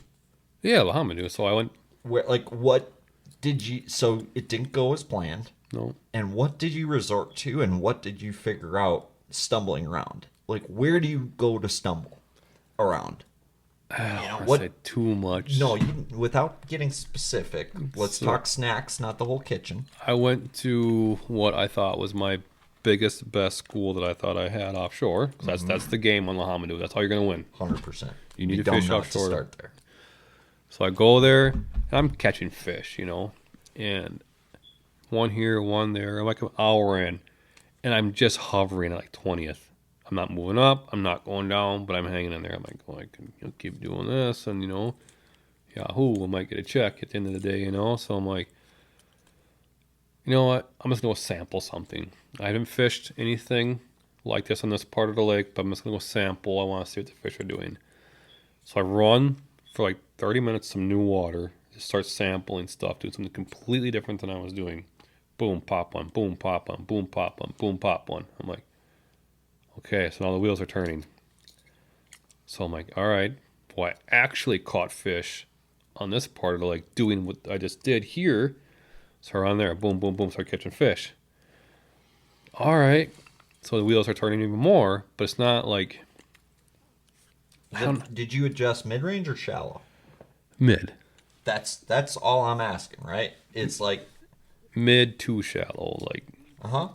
That would have been my guess. Crank? I don't want to say too much. Crank. I don't want to say too much, but... Nope, you're cranking, I get it. We go to Lahamadu a lot. We do. So I don't want to But say... I know, I got a buddy you bust him on, like, crank, and just couldn't keep him pinned in the morning. So I just... And then, so it's like... But I only had that one little area. So I'm like... Look at the map. This looks like it. This looks good. Wind's hitting it, Run over here. Nothing. Go check this. Boom, boom, boom, boom, boom, boom, boom. Light them up, Sweet. Next thing you know, I'm jumping up the leaderboard. I'm in like 7th now, 8th. And then the second half, basically, fast forward, we're on lunch. All right, now my trim and tilt went out. And we're in Darling. And I have to go all the way down to possibly Geneva with my motor trimmed all the way down. That's the worst chain. Because those two have that issue. Yes. Jenna's like, what are you going to do? Oh, what can I do? Knock the ears off the prop, baby. She's like, who cares? Just go. Fucking rip it. She's like, take it lower, take it out. Whatever, just push it. Go. I'm like, okay, if you're cool with it, I'm cool with it. I don't care. Jenna, you the real MVP. That is a fucking good wife. That's She's a like, good woman. She's like, go. Just do it. Whose wife tells them, screw it. We'll figure out the lower unit later. That's exactly what she said. We'll throw it in the back of the camper. Basically, word for word, she said, screw it, we'll figure it out later if it goes, she said. Hell yeah. That's a gamer of a wife. So I'm like, all right, we're going then. And I don't even get through Darling, and I'm the whole way, That big main flat there. Oh, dude, it's... You, like, for me, you want your jack plate and trim working. Mm-hmm. Did your jack plate work at least? So you could... A manual jack plate. Oh, that's right. Yeah. So I'm like... I'm not too worried about sand, okay? Where was it stuck? All the way down. All the way down. I suppose pontoons do it. So I'm like, I'm not too worried about the sand, because I can just, I'll just polish the prop a little bit, Oh, yeah. whatever. But you're digging deep in the sand, you start clank, clank, you hear the rocks you're picking up, and it's like, okay. But I'm really worried about the Lahamadu channel. Can I get into Lahamadu? Totally, dude. So then I'm like, can I get into Geneva? Everyone's like, you're never going to get to Geneva. There's no way. Nope. So somehow I make it into Lahamadu, and there's some of my hit, boom, boom, boom. I'm like, okay, this. I hit something, quick throw it neutral, kind of float a little bit, put Your it in gear. marshal's like, So we make it to Lahamadu, and I start offshore, go to my juice, same thing, dud. Next offshore, dud. I'm like, screw it, scrap everything again. We're scrapping everything, and I start running around fishing a pattern, and I'm catching some fish here and there. They're good quality, so I'm keeping pace. And I don't know what place I'm at this time. I'd say top 10, 7th, probably 6th. I'm like hanging in there. I'm like, okay, we can if things fall into place, we might be able to do this. But I'm like, I'm out of water. I got nowhere else to go. I ran the pattern on Lahamadu that I thought fit the pattern. I'm like, I practiced for like an hour in Geneva. I didn't catch a single fish in Geneva. But I'm like, there's a lot of water that fits the pattern in Geneva. We got to go. And surprisingly, that bridge is way deeper than Lahamadu's. I could see that. It's the sandbar's more out. It kind of holes up and then gets so shallow. You actually get into the bridge and it gets like 4 foot deep. So anyways, get into Geneva and I just start running the pattern and end up catching actually quite a few fish in Geneva. I just thought you'd troll motor through, huck a glide bait under that culvert or something. Long story short, basically won that entire tournament more or less after the first hour. I just won it, and I just fished a pattern that fit kind of the day. Won it, ran to Geneva, ran the pattern again, caught quite a few fish doing that in Geneva, scrapped a few fish flipping pads and stuff like that just because I had to check it. I couldn't help myself, kind of a deal, Oh, yeah. Caught some fish flipping pads and some mats and stuff like that, but they're all small. They were small fish. And so I went back to my pattern and started catching the 2.5s again and the 2 3/4. And I think I ended up in 5th on that one or 6th or something like that. Just kind of scrapping around, that's just fishing. amazing. Yeah. But if I was stuck to Just winging it. Yeah, if I would have stuck to my guns, just fishing my practice, I probably would have ended up in 20th if I had to guess. Mm-hmm. Or I would have Blakely'd it and landed on the mother load and got 2nd or 1st. Right. But I felt like the safer bet would have done what I did and just kind of fished the day in the conditions, kind of a deal. I feel like that's why I don't like Lahamadu, but I like Lahamadu. So I feel like Lahamadu is a very bitey lake where you can kind of just wing it and go and generate enough bites to kind of stay in contention, Yep. Outside of finding a massive school, you can just run around and catch fish in that lake. That makes sense, kind of. I wish I would have just waited for that dock to open up as early as possible. I fished never that dock. fucking left. I lost 2 fish on that dock. And then I left. I pulled up my fish, those 2 docks, that one next to it, and then that one, and then I left. The tournament could have got one off that, or a guy could have gone from 20th to 5th or something. 45 bass were caught off. Like, how many boats fished it, you think? I bet 30. I was in that general area, kind of fishing around, fishing some stuff in that area, and I see a lot of guys running in and running out, running in and running out. 4 boats on the stretch when I saw first. Then I went back, and there was like 3 or 4 different boats on that stretch. I'm like, they're leaving. And I check it again. There's a boat on it, different boat. And then I check it again. There's no one there. And I'm going, and Charlie Wright. And then I'm like, shit. He's leading the tournament. Like, I ain't gonna cut this guy off right now. And he left. I left too. I was so mad. I pulled up to fish the dock next to it, and then that one dock, and I fished it. And I lost one on that dock, and then the dock next to it. I'm like, screw it, we're out. We're doing something else. After the dirty shit you've done to me on Gull Lake, I figured for sure if anyone would turn around on that thing, it'd be you. I should have. If ifs and buts were can't, you still whooped my ass, so it didn't matter. But yeah, I hung in there on that one. That was fun derby. I was, like I said, I was kind of scrapping around, junk fishing, grabbing all sorts of different rods, just throwing at what looked good that minute, and just kind of running around, beat bopping around. That's why I don't like to go to Lahamadu because I know you need a school to win out there, and they seem kind of hard to find. I struggled, dude. I did not have any big schools. It's awful practice. I had one massive school, and then I had what I considered 3 schools that were good. I had like 1 to... And none of them went. Well, I checked the massive school, and then I checked one other school, and then I gave up on I quit fishing dots, basically. I quit fishing waypoints after that. Less homos do. That lake, Jesus. I'm sick of talking about it. I hate that lake so much. Great job, Charlie. Great job, Evan. Great job, Noah. That lake sucks. There's nice fish in there, though. Nicer fish than I've ever seen. Yeah, they're getting bigger, A couple big ones in practice. Yeah. Smallmouth. They're getting really big. Team Trail's going there next year, I think, right? Maybe. Probably be a smallmouth deal, I bet. If I was fishing for 5, I'd be fishing for brown ones for sure. I'd be gambling. Did somebody sack up a giant sack out there? Smallies after we were there? Like 23 or something like that? Probably, but I don't know for sure. They're a real team. There's a few tournaments out there, but I think largies, it's kind of hit or miss. Smallies like a mixed bag, or largies? No, it was strictly. I heard about it down here. It wouldn't surprise me at all. I heard he caught like a magnum. Like a 7-something. That's what he said. Yeah. He dropped his phone or something like in the lake.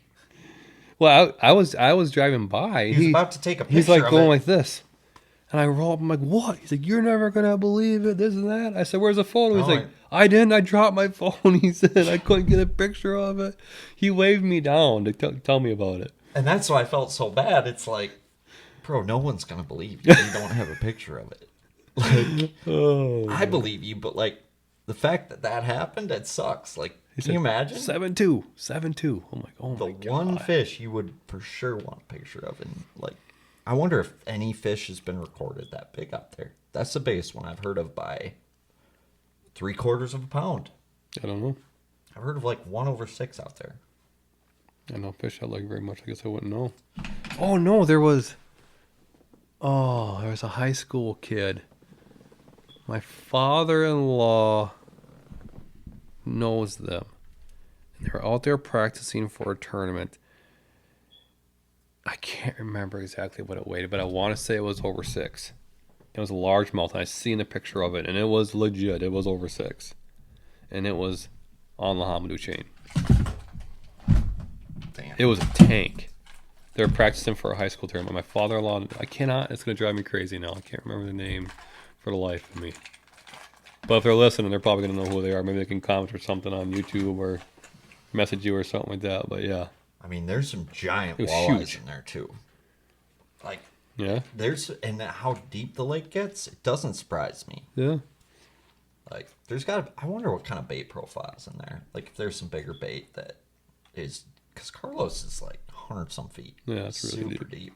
I wonder if it takes siskies, whackfish. fish. I wonder if that one lake that we were talking about earlier, around here, that you fished a few times this year. There's got to be big 7s and 8s in there. Just the way they're built. Yeah. Has to be. Has to be. And now would be the time to get them. Yeah, I would think. Especially if you say you get them offshore. You do. Yeah. Does the wood get good this time of year? Yeah. Mm-hmm. You have to ask Kimber about that. I want to come back. Just flip wood. That's why I almost decided we should have went there today.